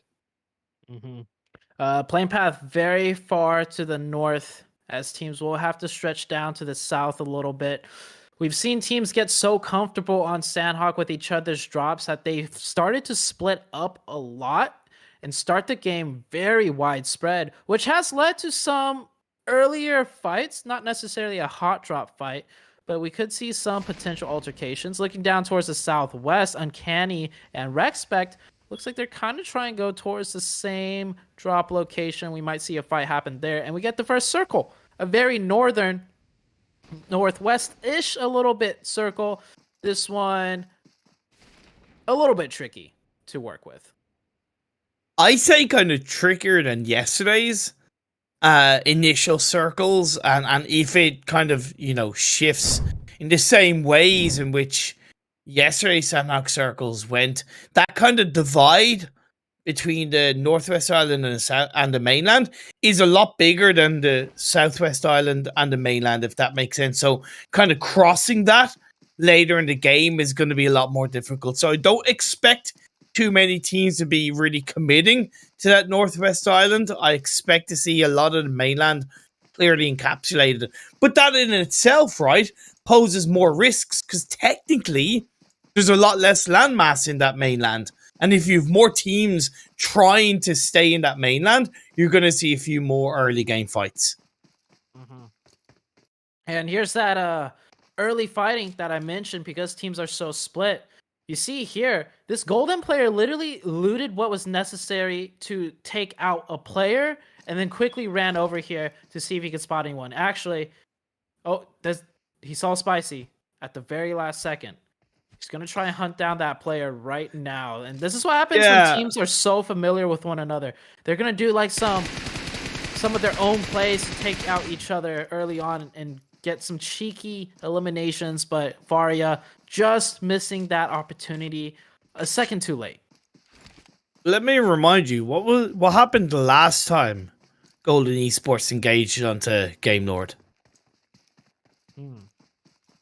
Golden Esports onto Game Lord. Wasn't it just Sandhawk? Just yesterday? Yeah. Yesterday's Sandhawk game. Yeah, yesterday's Sandhawk game. Yeah, they had an engagement at that compound. Yeah. And it was I think one player managed to pull off almost a 1v4. Actually. Yeah. They will fire Golden and you potentially get burned, right? That's the way I kind of look at it. Yeah. Well, this time around, the circle shifted in a way where, well, taking a look at the split though out of Game Lord, it's like that is a split, if I do say so myself, stretching all the way from the Hot 10 northern side all the way down to almost the boot camp side. That is a big 1-1-1-1 split. What? That split is kind of madness. That's what it is. It's spicy. Kind of madness. Yeah, well, I don't think they intend to hold that split. Spicy was actually just looting up those buildings real quick before rotating and moving on out. And I think he's aware, you know, the only teams that would really push him would come from boot camp, and boot camp has a lot of loot. So that team's going to rotate out a little bit slower and not like they're going to hard press him too quickly, too early on. So he takes that extra little bit of time to get some loot in. Spicy taking some shots at the 100. That's making a fast rotation on a buggy. That is a very cool rotation to make right there. Going more towards center of the circle, using a nice pathing with the buggy to interject themselves right there onto the map. Greek army. And you, once again, pull out a good performance. I'd like to see it happen. Mega Power, what he needs to see himself do is get caught out. I get that there's an element of snaking involved, but I'm left wondering. I know it's only 5 minutes, but I'm left wondering, How did Mega Power not see any of the bravest players rock up the hill from boot camp? Oh, definitely a mistake, a slip up there. Maybe their fourth player that's not playing right now in this match was you typically the one that does that role. So maybe without that player being here, they don't do it correctly. I mean, that's the only thing I could think of. But otherwise, it's still a mistake at the end of the day right there. Starting as a 3-man, going down to 2, you definitely do not want that on Sandhawk.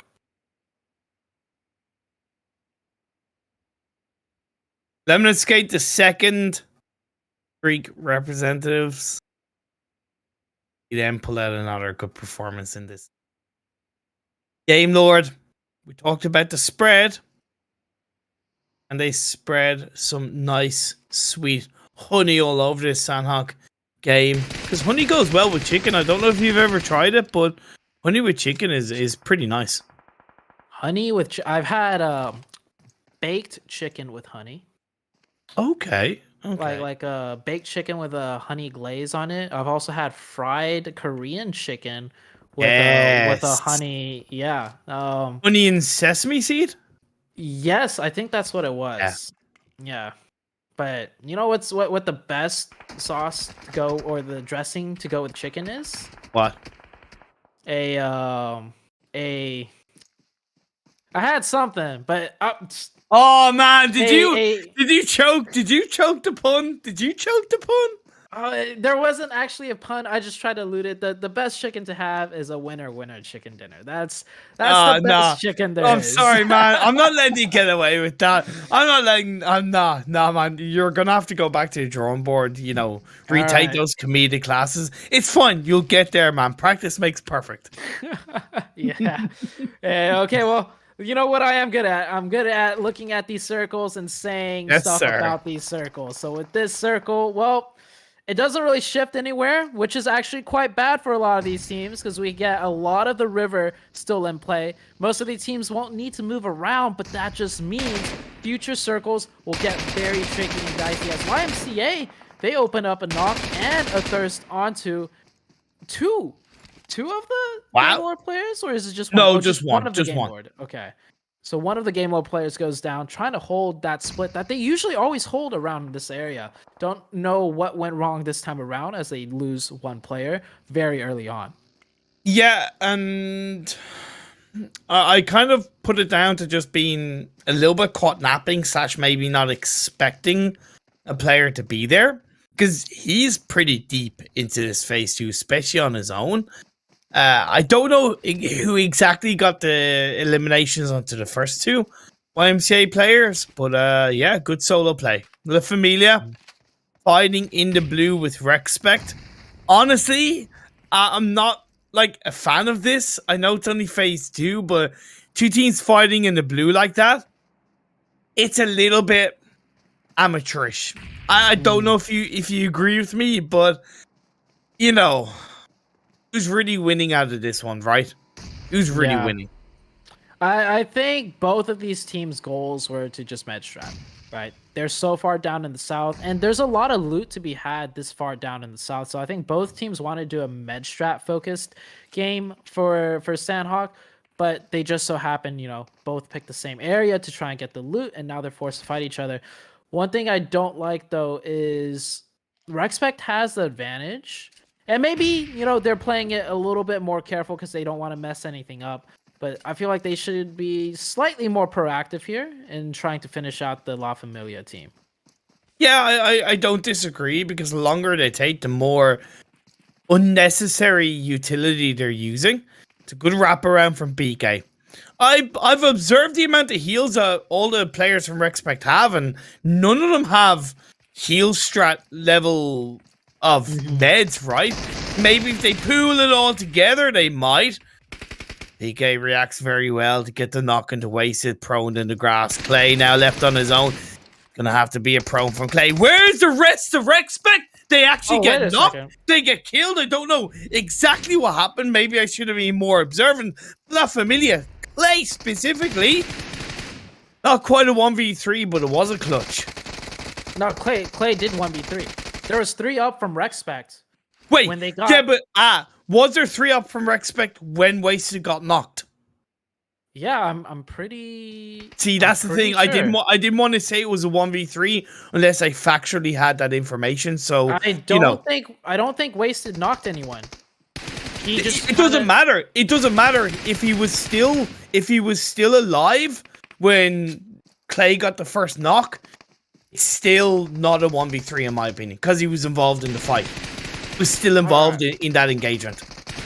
Fair enough. LMV right now taking a fight with Lemniscate, and Martin with a nice sidestep from behind the rocks. We'll take him out. LMV 2v2 Lemniscate with the lower ground position, but no real side really has the advantage here as both players taking their ones. We see Perks taking a 1v1 here, peeking from that left-hand side. Yeah. Well, he go had to the left?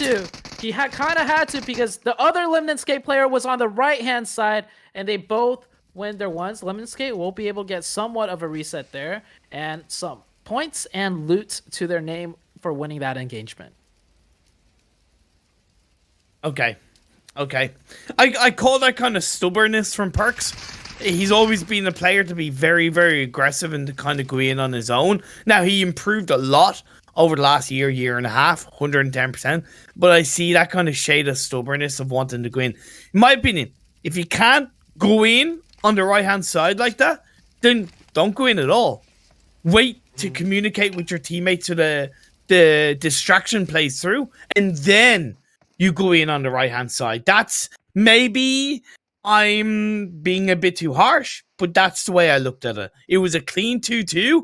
It didn't need to be that way. Mm-hmm. Well, I think in the heat of the moment, it could have easily gone either which way this time around. You know, it just the shots did not connect, right? So in those heated gunfight moments, I think it's more crucial for the players themselves to realize millisecond by millisecond, what was going through their brain. Did they have full control of what they were trying to do, or were they playing a little bit off reaction and a little bit, on autopilot during those pushes? Yeah. As V100 holding a defensive position now against Golden. Golden looking to make some grounds here. As this next circle did shift out, we are going to end on the eastern island. The northwestern island no longer pretty much in play. So the 100 holding a nice split here, trying to keep the Golden side a little bit further back away from where they would like. I think the teams, or the remaining 14 teams, will be relatively happy with that Phase 3 shift. Confidently on the mainland allows you to focus in a much better manner on getting a good position inside this next circle. 100 trying to breach in towards Painan or the outskirts of it. A lovely nade by Farron. Get the double knock. It was a double knock, followed by a third on towards one of the other players from the 100. Leaves Daddy on his own. The 1v4. Hooks up a nade, a pre-nade through as the pushes coming right up. I love the fact that Golden Esports is keeping one player on the high ground of Painan to try and provide that level of support. Daddy gets one knock, but the teamwork is there. The body advantage pays off in the 100. They're out of here. That was a really nice spread split by Golden on the initial engagement. I love the amount of angles they had and just the flexibility of using those different angles throughout the fight. I was a very experienced, mature fight out of Golden. It was a lot of setup, not just so much brute force, and a lot of strategy coming into play. As Greek Army pushing on in, they take down a player of Mega Power. Mega Power just down to 1. I don't think Mega Baby should take any shots here, as even if he gets a knock, it cannot be confirmed. Mega Baby sounds like a really bad name for an animated film about a Mega Baby, or maybe it's a really poor name of a villain in that kind of animated film. What can I say? My mind spreads out a little bit as the circle has shifted and it's going to spread out down towards the southeast. Yeah, that's a big hard circle shift. Luckily for most of these teams, that area of the circle is very familiar, We've seen a lot of circles end down there, so teams should be quite expectant of what they're going to need to do next to break into the circle. And you were talking about Mega Baby. Mega Baby to me sounds like a hardcore Japanese screamo band. I'm really glad you said screamo band, but yeah, you are right. It does sound. There's actually there's a female Japanese female group called something baby baby metal, baby metal or something like that. Baby metal, yeah, baby metal, that's what it is. As Mega Baby trying to show his baby metal skills right now, taking some shots, almost getting a knock, a nice grenade, but he's definitely caught in a 1v4 and he feels the pressure. He's trying to shift around, find any sort of angles that he could stay safe from all the grenades raining in. And the zone is further away. He's making territory, he's making grounds, but he's further away from the circle. And DeVito from long range will catch him out. Yeah, I thought that was overall a really solid effort by Mega Baby to disengage in the right way without running away scared, to slow down Greek army so that a possible third party came through. But great play by DeVito to maybe plan and recognize where Mega Baby was going to go, and a kill and elimination came through. So Greek army will now have to move back away from the warehouses of boot camp. Eastern Stars on the south side of the circle, on top of the hill, overlooking Glorious compound, overlooking so many positions inside the circle. This could be a back-to-back Eastern Stars chicken dinner, depending on where this next circle goes. This next circle, I want to see the next circle shift down to the southwest where the compounds are. That always makes things pretty fun and exciting to watch, as Bravis controlling this hill so well. They came here very early, picked one out from Mega Power. You called it out, like Mega Power kind of dropped the ball there. They allowed Bravis to take his position, because this should be Mega Power's spot, especially since they loot boot camp. But Bravis being rewarded very well here.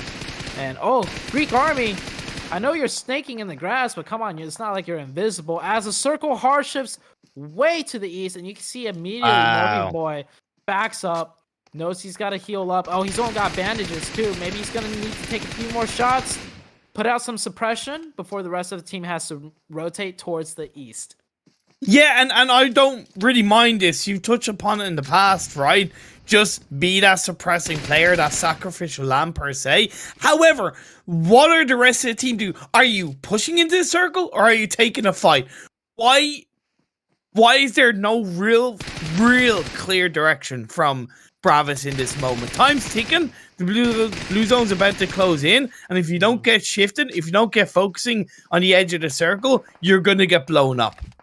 Maybe they already see a spot in the next circle that they want, and they see it's clear. So all four players are just holding their positions down, trying to put out that pressure, similar to how Morphy Boy is doing onto the Greek army side. And you see this right now. Oh, Morphy Boy couldn't get the first aid off. That is quite terrible right there. But otherwise, Morphy Boy was keeping back an entire team all by himself. So that's that quote-unquote sacrificial player. Most of the times, they don't even have to go down themselves. They just hang back a bit longer to really delay some teams. Lore committed to the compound, and they low-key pay the price. La Familia wasted. Leave his last player up for his side. I called that this could be a back-to-back Eastern Stars chicken dinner, and they had all the information, they had all the awareness, and that allowed them to shift over the road into the circle and have another dominating position under their control. 7-Up go down as well. 5 teams left up, followed by Bravis. Ooh, Eastern Stars looking spicy here with that new circle shift. It shifts down to them on the south side, and Eastern Stars still have 4 players up. Where is the 4th player? I see 3 right there on the mini-map. I think on the very northeast outside the circle. Quite, not massively far away, but obviously far enough that... Oh, no, it's actually... Sorry. Oh, there it is, on the south. Yeah, he came in from the blue zone. I think they were setting up a potential med strap, but seeing the new circle, they're like, hey, we actually don't need to right now. And there's a good chance they could win, as Golden has been quite on fire during the Sandhawk match, and they're moving together really nicely. I like the way they're formating. I like the way they're pushing into the Lemniscate team. But I don't think they fully know they're there until just now as Mauricio goes down. They need to get some trades going in. Fire those shots. Faria, just take the shots. One player does go down. Second one goes down for Lemniscate. Lemniscate should get eliminated here. A clean finish. Well, not entirely clean, as Golden did lose one member. Yeah, I don't hold up massively against Golden, but I definitely see where your criticism came from for sure. It also allows Eastern Stars to react in the right way. Hearing those shots, they're going to push in towards the direction of Golden Esports. Not as a full squad, more importantly, because they do know they need to somewhat cover their backs. Louis suffers the hands of the blue zone. Papa Blue, and words of Mustache Dave, is going to be able to strike as Faria left on his own. A little bit of damage. Tickles through. Athos now hanging on towards the other side of the rock, is inside the buggy. Once again, the Chinese meta are trying to bait out the players. I don't think that's going to work when it's just one player left up. He's going to try and heal, wait as long as possible. However, he goes down. Chief, I didn't realize he was still alive. Apologies. I'm going to go for the revive. Going for the revive, but does he have enough time to get it off? No, he does not, as Eastern Stars throw some very nice grenades. And the Eastern Stars with the back-to-back here. It's a 4v2 situation. It's Eastern Stars versus Game Lord. And just like that, as quick as you say it, Kapahala and his Warlord teammates strike with a back-to-back. Teobesk, my friends. Teobesk. Yeah, and just resoundingly better than Game Lord, right? Oh, I mean, with the ways the circle shifted, Game Lord actually had a lot to work with to fight their way in. We saw that huge split they had on the far northern side, and they had to force themselves to adapt after losing one player early. I would have to say it was somewhat of a mistake on their part, but they managed to adapt and work into the rest of the game, and to get a second place finish on Sandhawk, that's really good. Oh yeah, and to be fair, it was similar to the second game as well, where they had to kind of fight their way in, and obviously they picked up a hell of a lot of eliminations in the second game. This time around, it was just a little bit more calculated, a little bit sneakier, which isn't a bad thing, and it was rewarded. Once again, yeah, okay, you could put the circle look massively in a way of helping Eastern Stars, but every single shift after phase 4, they were reacting effectively. Every single moment, every single opportunity to continue to stay in control of the game of the circles, they took. Simple as that. And it was a deserved chicken dinner off the back of it. I am very impressed as well with Golden Esports. I loved how they played that game. Yeah, that was probably one of the better games out of Golden as far as what we got to see on camera, right? They were aggressive. They pushed together as a team. And even when they did lose that one player, I got to kind of agree with you.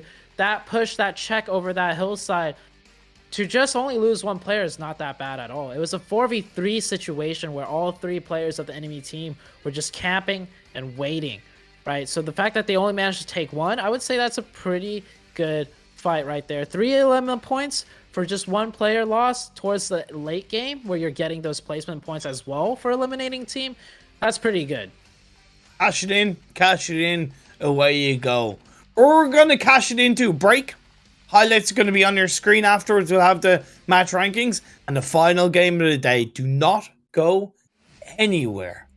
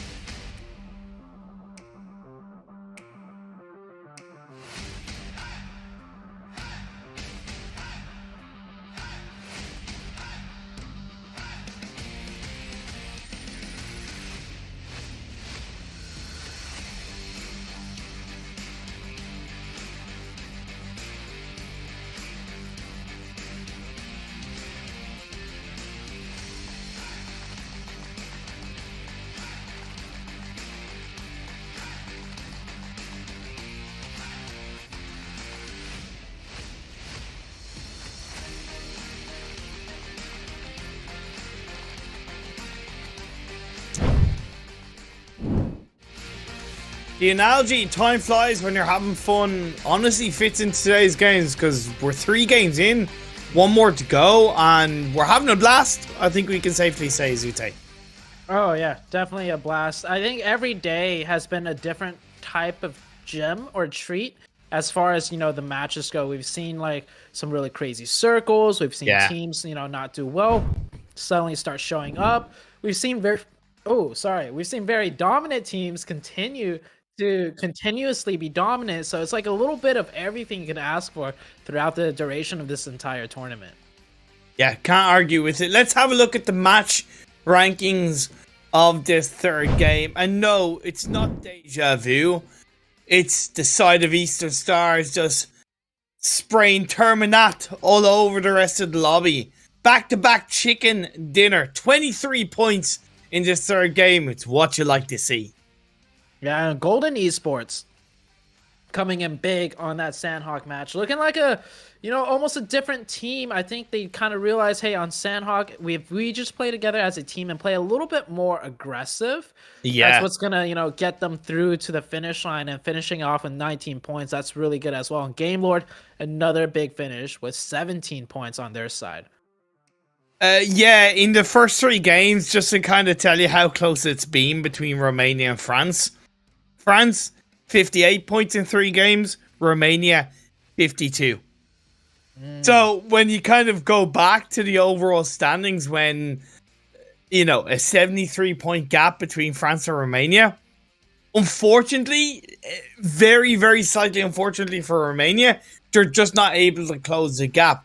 And that's why I have asked and will continue to ask, will we see hot drops happen on towards not only Game Lord, but of course Kazmak in the final 2 games tomorrow. It's final 2 days, should I say, tomorrow and Saturday. I know for a fact that Eastern Stars aren't that kind of team to hot drop. They're very much kind of a respectful side, but I would argue you want to win, you got to do what it takes within the rules to win.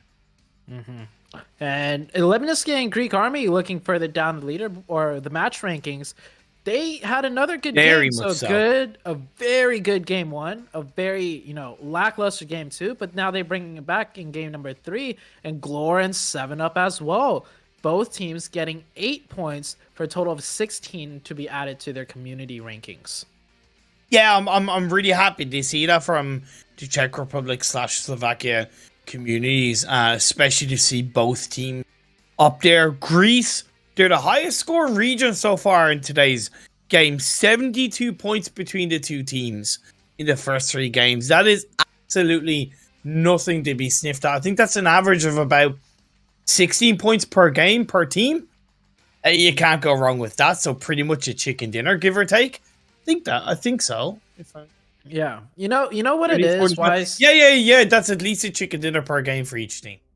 Okay, that's really good, actually. I think. Yeah.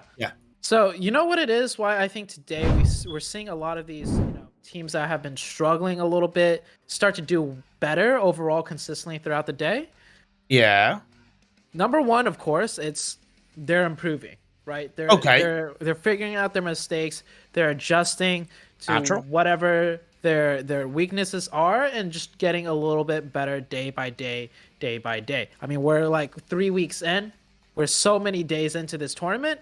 It's not too surprising to see them start to do better, but I will have to admit, we do not have the likes of Chasmak, Big, and 4 Romanian men in the lobby, right? That's 3 gigantic teams not in the lobby, soaking up the points, eliminating teams. I mean, if you look at the game we just had, and game number 2, Eastern Stars and Game Lord, right? The 2 of the top dogs in here, they had 2 really good back-to-back games. Just imagine if we had Big, 4 Romanian men, and Chasmak in here as well. It would not be as easy for some of these other teams to be doing as well as they are, and that's just how it is, I think. Yeah, I definitely agree, and it's not taking away anything from them in today's games, but it is a valid context to provide in the overall scope of this tournament without a shadow of a doubt. I think, unfortunately, and I say this not in any form of happiness, I think we have to settle ourselves to the fact that Italy just aren't capable of fighting for the top 3. We haven't seen enough from them over the past 2 to 3 days. They hung on for quite a while, and they deserve a lot of props for that. Fortunately, they drowned a little bit, and they haven't been able to swim back up to waters. Yeah. All I gotta say is, Mamma Mia, what happened, right? To the side of the Italians. Well, we're going into game number 4. Maybe they could spin it back around here and take that momentum in the last couple of days. But we'll see how it goes, as the playing path, it is a little bit diagonal, but not the best diagonal. And it's starting from the very southern side, stretching up a little bit to the middle of the map towards the west. You like pineapple on pizza? I sure damn do like pineapple on pizza. Oh, what? Yeah. I'm okay with that, but I think all the Italians watching are just probably, you know, just kind of, hey, Zute, what are you doing? How dare you? You know what? With the performance they've been having, I'm gonna throw a couple more pineapples on that pizza, just to you know, rub it in a little bit. Like, come on. I will. Maybe that's what they're missing. Maybe they should be putting pineapples on their pizza. They might be performing well. No, we joke. But yeah, of course, this playing path, it is not really leading to any craziness right now, in terms of hot drops, or any kind of massive clashes. Once again, we see Lemniscate go to Pachinki. We were obviously going to see Mega Power go to Novo, considering the playing path. The only risk is potentially Greek Army and Golden Esports a little bit, but no, nothing crazy off the bat. Yeah, we see Greek Army do this split quite often, where they might have one player across the bridge to start with. But I think Golden typically has a good enough playing path where they're further into like Fairy Pier Primorsk area for their starting loot. So this time around, it does look like this player from Greek Army is a little bit caught out. And he realizes that. He's making a run for it. He's looking for a vehicle away from where he saw the golden players drop, just to make sure he could secure something and stay alive. But unfortunately for him, one of the bravest players also dropped in that area and picked up a vehicle first, and he's looting that compound, where he's just finished looting that compound by the coastal line. So yeah, that makes it quite tricky for Insania at the start of this game.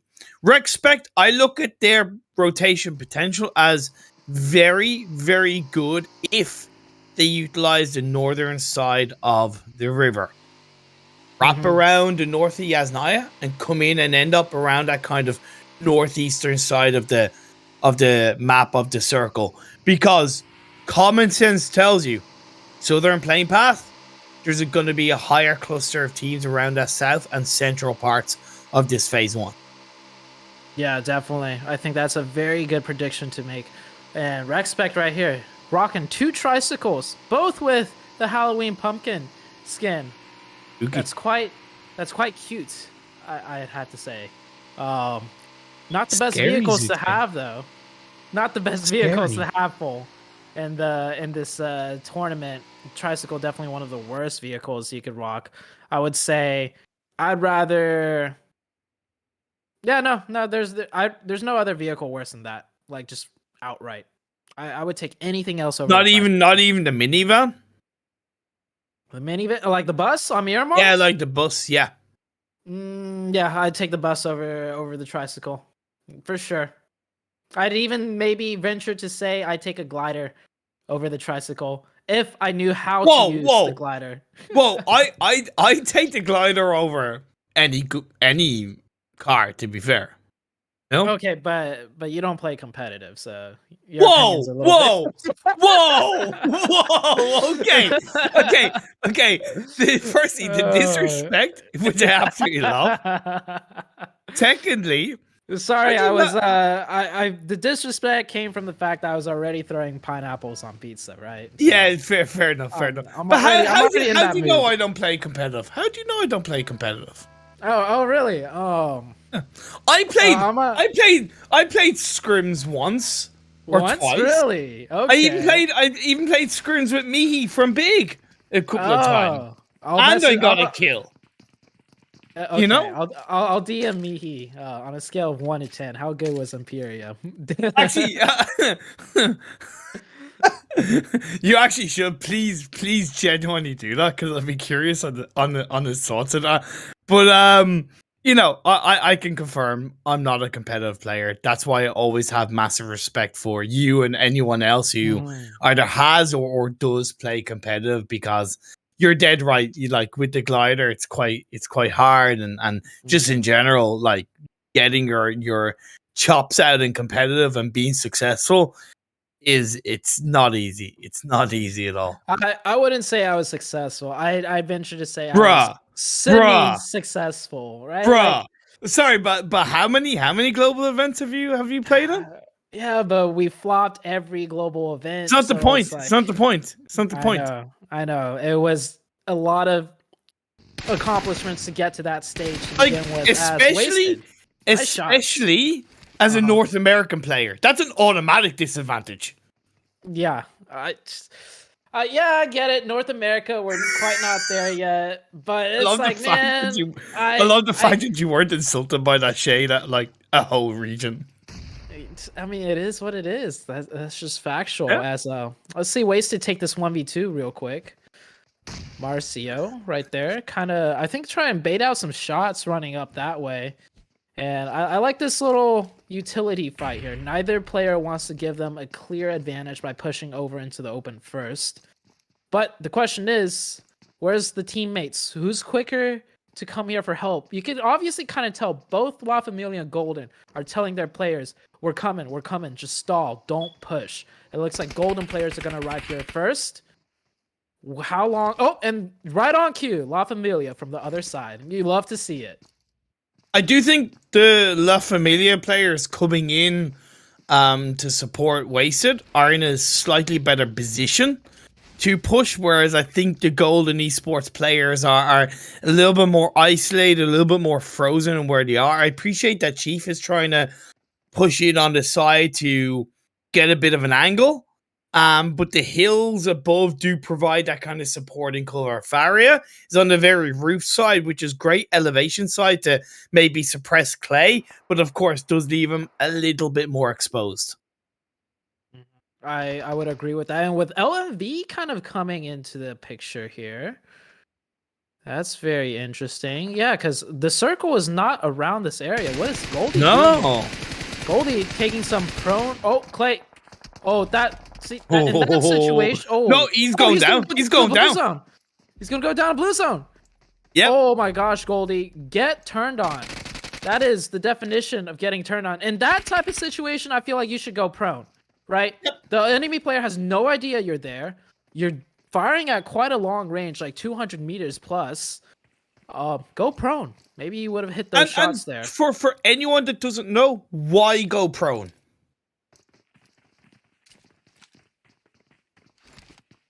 Okay. Bugged? Yeah. Oh, sorry. Wait? Say that one more again. One more time again. My audio got like all. I asked you, for anyone that doesn't know, why go? Well, actually, I'll ask you a question after, because this fight, to be fair, is breaking out. Golden Esports have been able to catch out Zingy on La Familia, so that's going to make it a 3v3, and I highlighted that La Familia kind of had a little bit of an advantage in terms of using the high ground, but if you don't have the frontline support, it becomes a lot harder to really take advantage of it. So fair play to Golden Esports. That's a lovely peek coming out from Marcio. Clean up the kill. La Familia down to 2 players. Oh, Clay just hit that. Perks was trying to do a nice cheeky drive-by off-angle flank, and Clay just like threw the tree leaves at distance. What are you doing, Japan? Okay, Japan has the support from Goldie, so that's okay.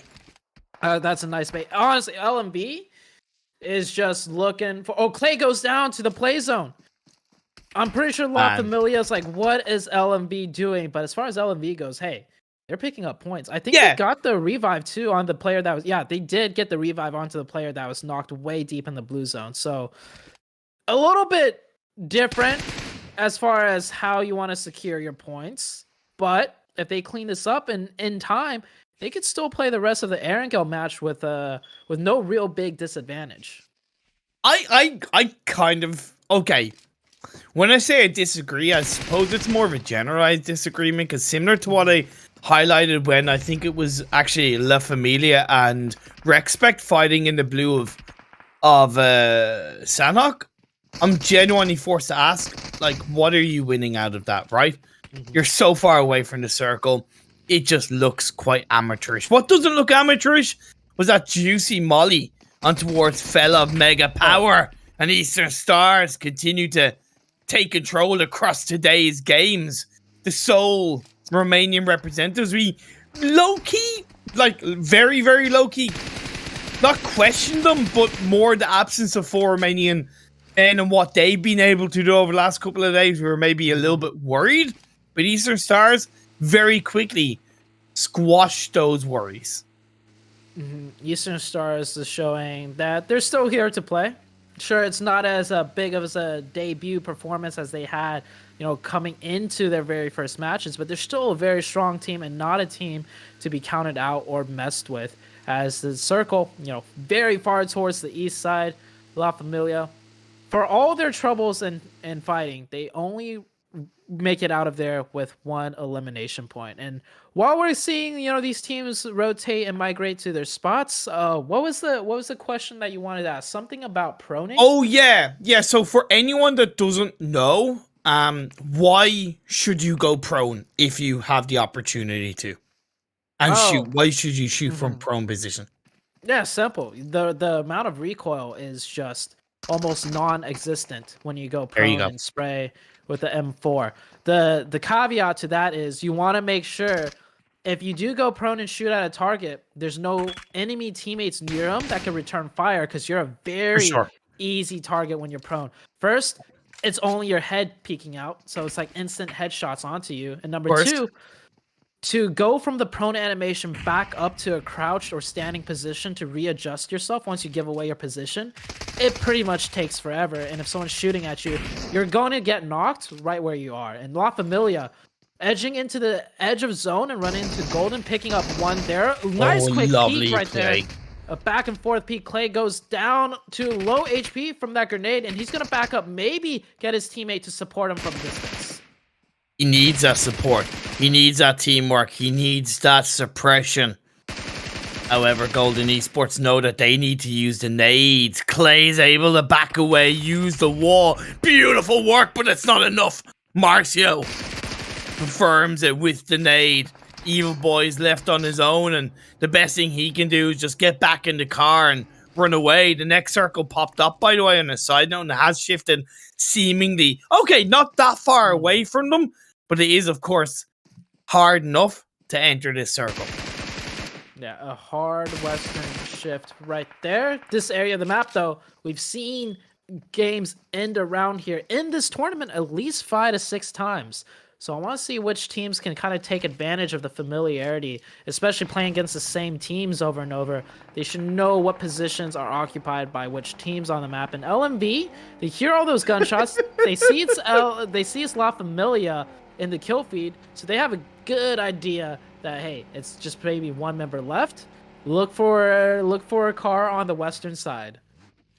And I don't mind that because I believe they were already pretty much in the circle when so they technically know that we're fine to enter. So I've really, if anything, I think that's a massive show of understanding of your position and knowing where your limitations are, and clearly very easy for them to kind of push back out of the circle to look for some elimination points. Essentially cover their backs so they can focus on the inside later on in the game. The 100 trying to disengage away from Eastern Stars on towards the roof play. Octavian has a great position.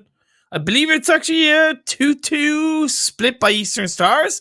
Very strong. Yeah, Eastern Star split's always so beautiful to see. It makes so much sense too. You see how Octavian is not playing the compound right in front of him. He wants the team to crash that and huddle inside so then his team can surround and eliminate them. So he's purposely not playing the house furthest closest away to the enemy. And here we could actually maybe see it play out. So you see he gives away that first building compound to let Uncanny kind of move up into it. And then that could potentially give the rest of the Eastern Stars a good surrounding position. Or it might just be a disengagement for the Eastern Stars altogether here. But either way, Octavian stays safe and their options are open. I think the biggest reason why Octavian kind of disengaged away from the roof is because he recognized that Uncanny has Doctor in the back.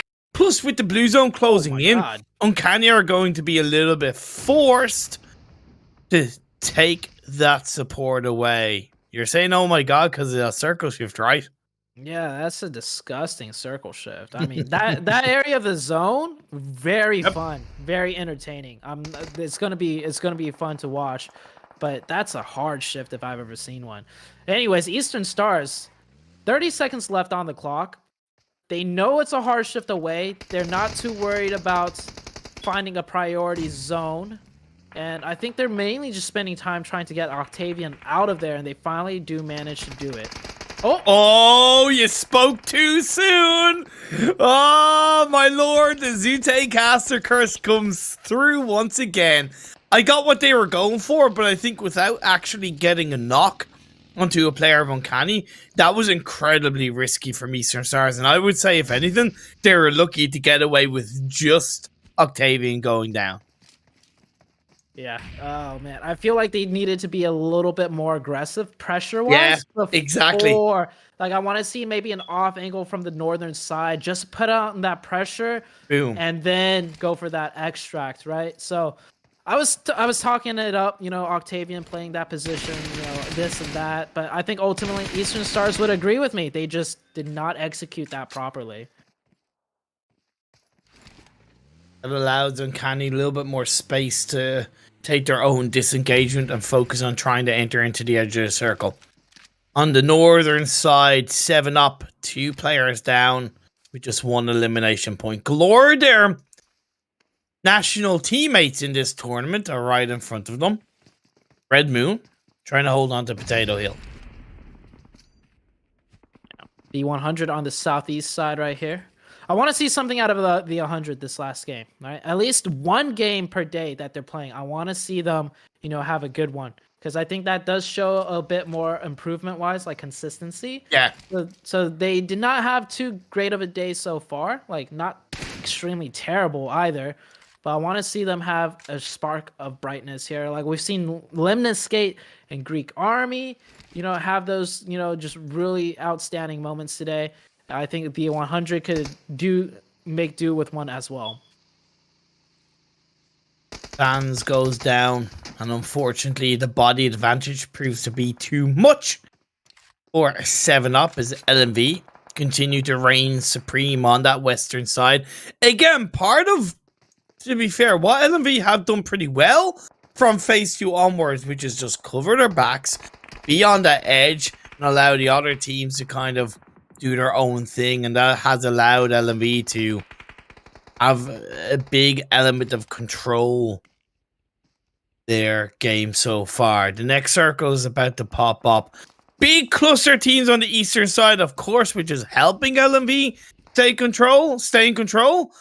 Lemniscape with a spread. The 100 with a spread. Greek Army, should I say, have a 3-1 split. Mm-hmm. So many teams also on the eastern side of the map, because that last previous circle hard shifted to the west. And Red Moon with a beautiful grenade take out 1 member of Floor. Versace getting a little bit too exposed running into the open. He's going to put out some suppressive shots, and ooh, he does go down. Versace starts backing up. The rest of Red Moon need to pressure this end, because Glor is going to push aggressive given the new circle. And yep, Marsha is going to push up. They should really regroup right now to save Versace. I'm not sure why the rest of the Red Moon team is taking so long to come back here to help.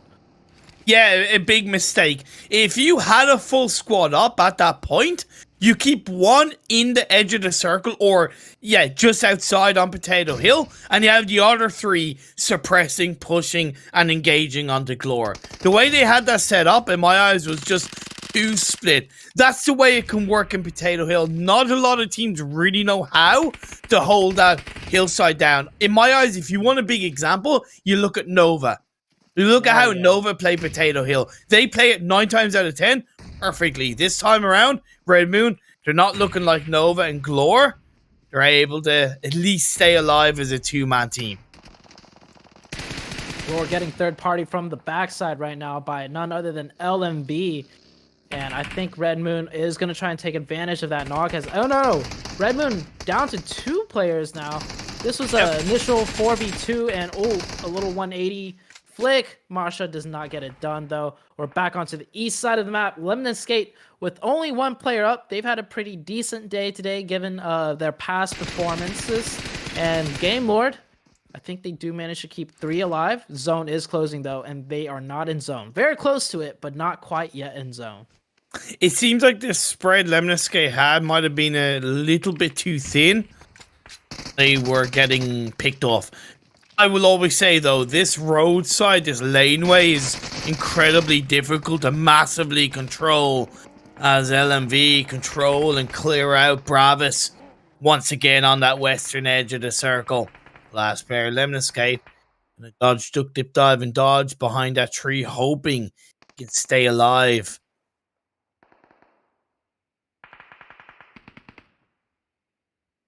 Next circle, about to shift on up. Most of the chaos has already subsided as Greek Army, though, holding a nice split formation, but instantly 2 of their players get knocked back to back. Maybe they could reset it. Oh no, Game Lord wants this position. I think Game Lord was the team that got the double knock opening. So Greek Army will lose one of their players outright. They will get the reset onto their 3rd at that compound, but Game Lord knows this, and Game Lord gets the zone actually, so Game Lord might have to focus on defense instead now. Also, Eastern Stars went out. I don't know exactly how and to who, but they have been eliminated from this game. It's not really the strongest ending for the Romanian side, and with the amount of elimination points Game Lord have, once again, the French community will continue to increase that lead in the overall standings. Papa says bye-bye. Papa doesn't preach, but Papa does get put down to the ground. What? And to 3. The circle has shifted in their favor. I think they're pretty well covered from the west. So they can really focus, and you can see with the arrows, massively focusing on the east. Oh, Rob's with a nice little spot right there onto Marcio.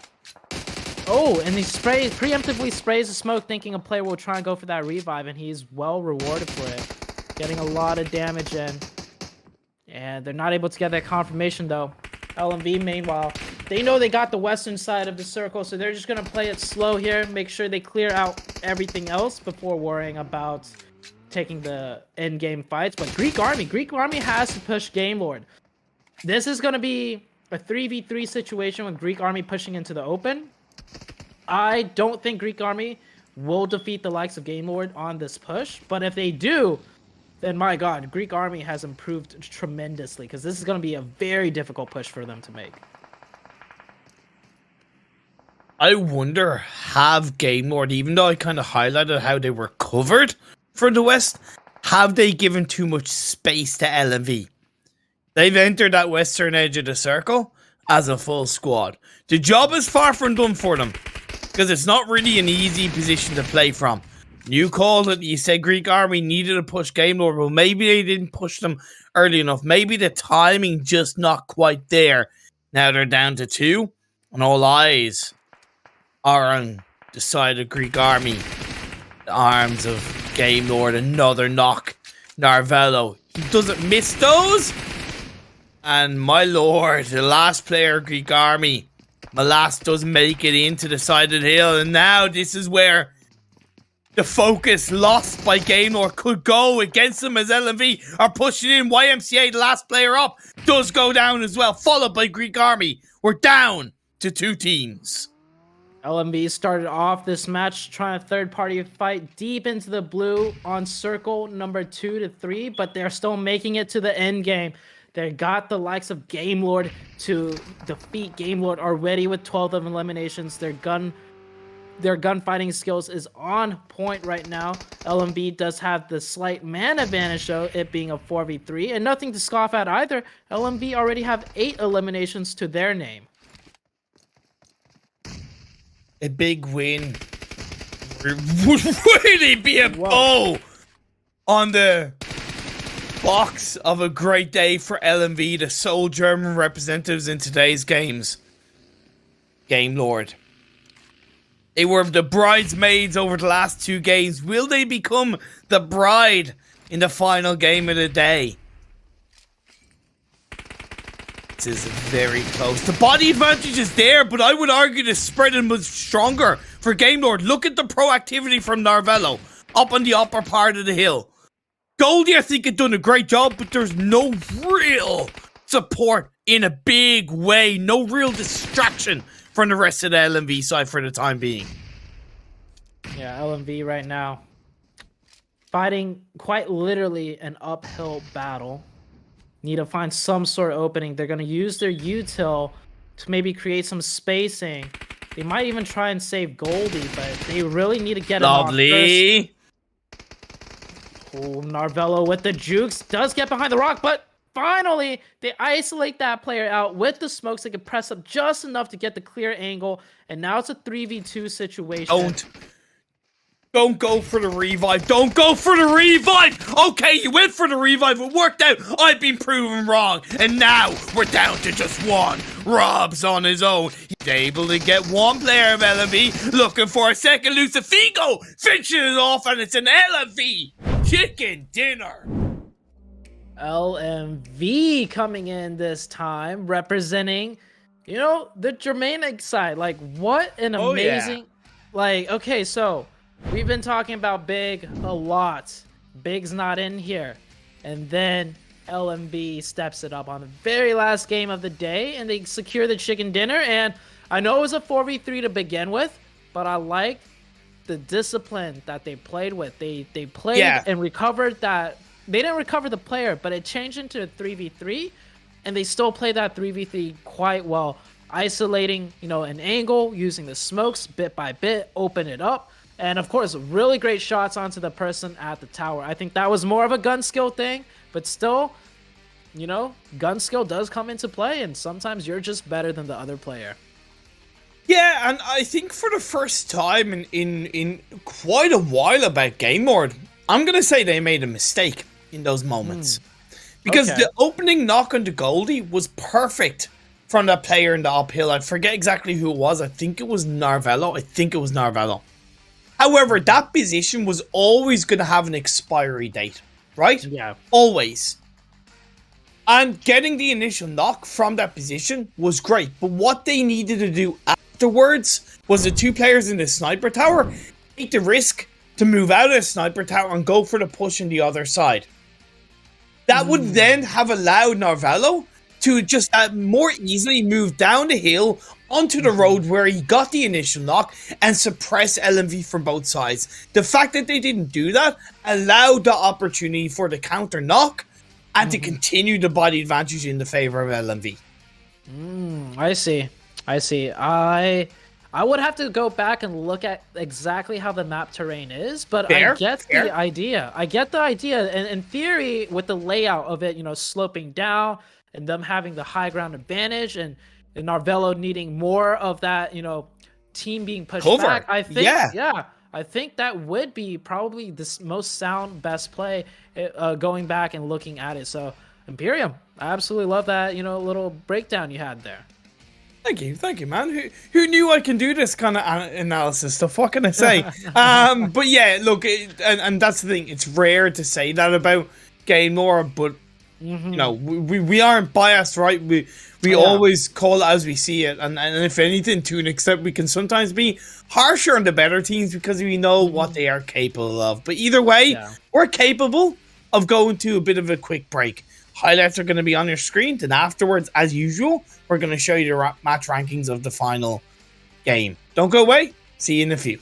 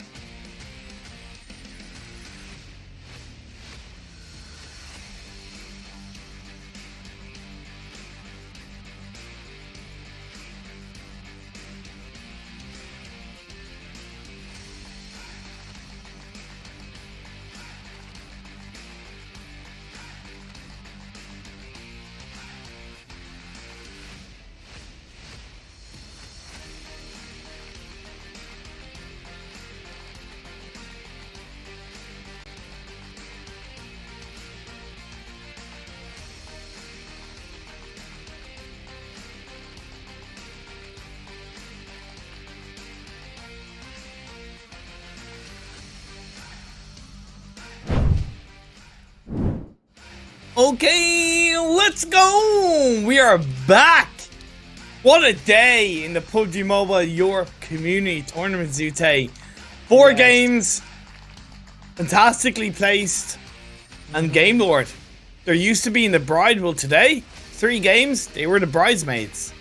Oh yeah, Game Lord had an absolutely stellar consistent day, and that just goes to show when they don't have too many other big competition teams, in the lobby, they kind of just get their way with it. Now, it's not to say that they, you know, got the chicken dinner, you know, multiple times over and over, but they had really high finishes for all of the games. Doing some real quick math.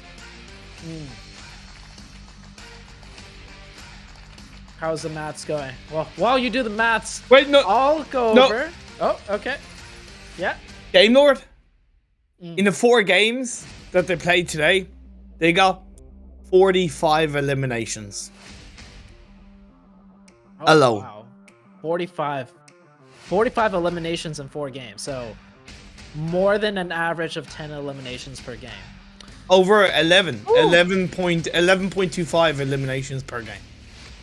Okay. All right. Those are That's some quick maths for you. Those are some juicy stats right there. You know, the match rankings also on your screen. Pretty juicy in of itself. Greek Army, hello. Good to see you there. Like, amazing. Love to see it. Game Lord, LMV stepping up, you know, on the Germanic side. You know, not just letting Big take the spotlight. Actually, no. LMV have had their own share of spotlight too throughout the matches. Big has just been a little bit bigger, for the lack of a better term. But LMV, you know, taking the show, really playing it well in that very last match for today. And to kind of go a little bit back to how the team looked and how fractured you could clearly see after the failure to qualify for PMPL, and for them to bounce back from that, right? Yeah. I think it shows a massive strength in the players that remain and the players that have joined to improve, to synergize, to feel themselves out, to get into the flow. And I'm really happy. I've always been a fan of LMV. I've always been a fan of the players. Massive love to Perks and Japan specifically as well. And yeah, this was a deserved win. And, you know, what a difference a circle makes as well, because in phase 1 I was super critical of the fact that they were hanging around and you know, looking for this fight. It's like, you know, phase 2 pops up, they fight a situation, they disengage, and then they're able to control. And you know, a circle change, it makes a world of difference. Oh yeah, the circles are the name of the game, pretty much. Those circle shifts are, well, I mean, that's why I think a lot of people like PUBG Mobile too, because of that RNG circle factor, right? Otherwise, you would play something else with like more, less controlled factors that are not out of your control. But before we talk anymore, like, I want to take a look at Golden Esports too. I think they had they had a good Sandhawk game, and then they finished off their 4th match, the final one of Erangel, pretty decently strong as well. So Golden Esports, a little bit of a nod of my head towards their direction. Yeah, they got 30 points in 2 games, and then 5 points in game 2 and 2 points in game 1, so 37 across the day.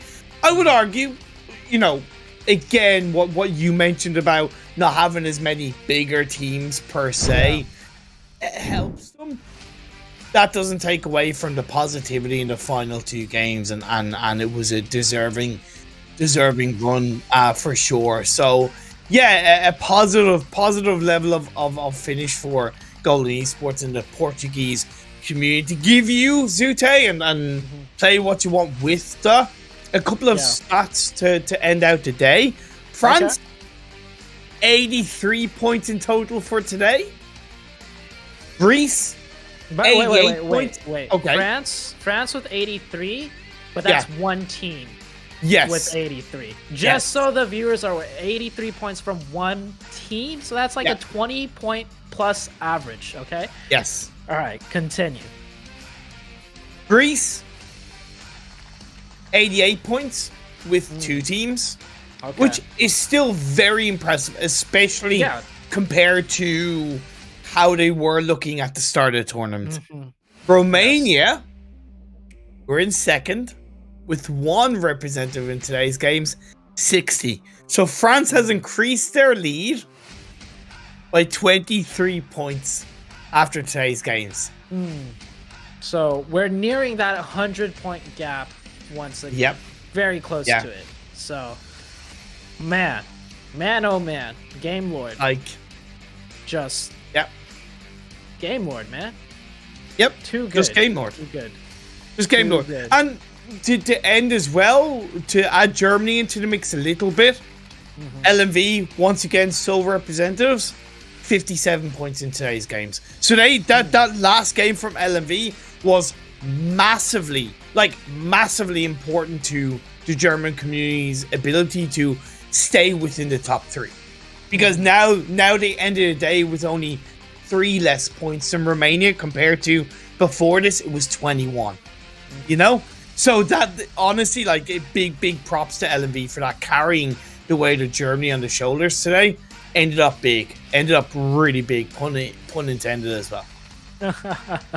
Yeah, so speaking about ending up really big, you know, big will come into the mix of things tomorrow. Yep. So that does it for today's show. I hope you guys enjoy the matches today, but we'll be back tomorrow, same time, same place. So take care, everyone, and we'll see you soon.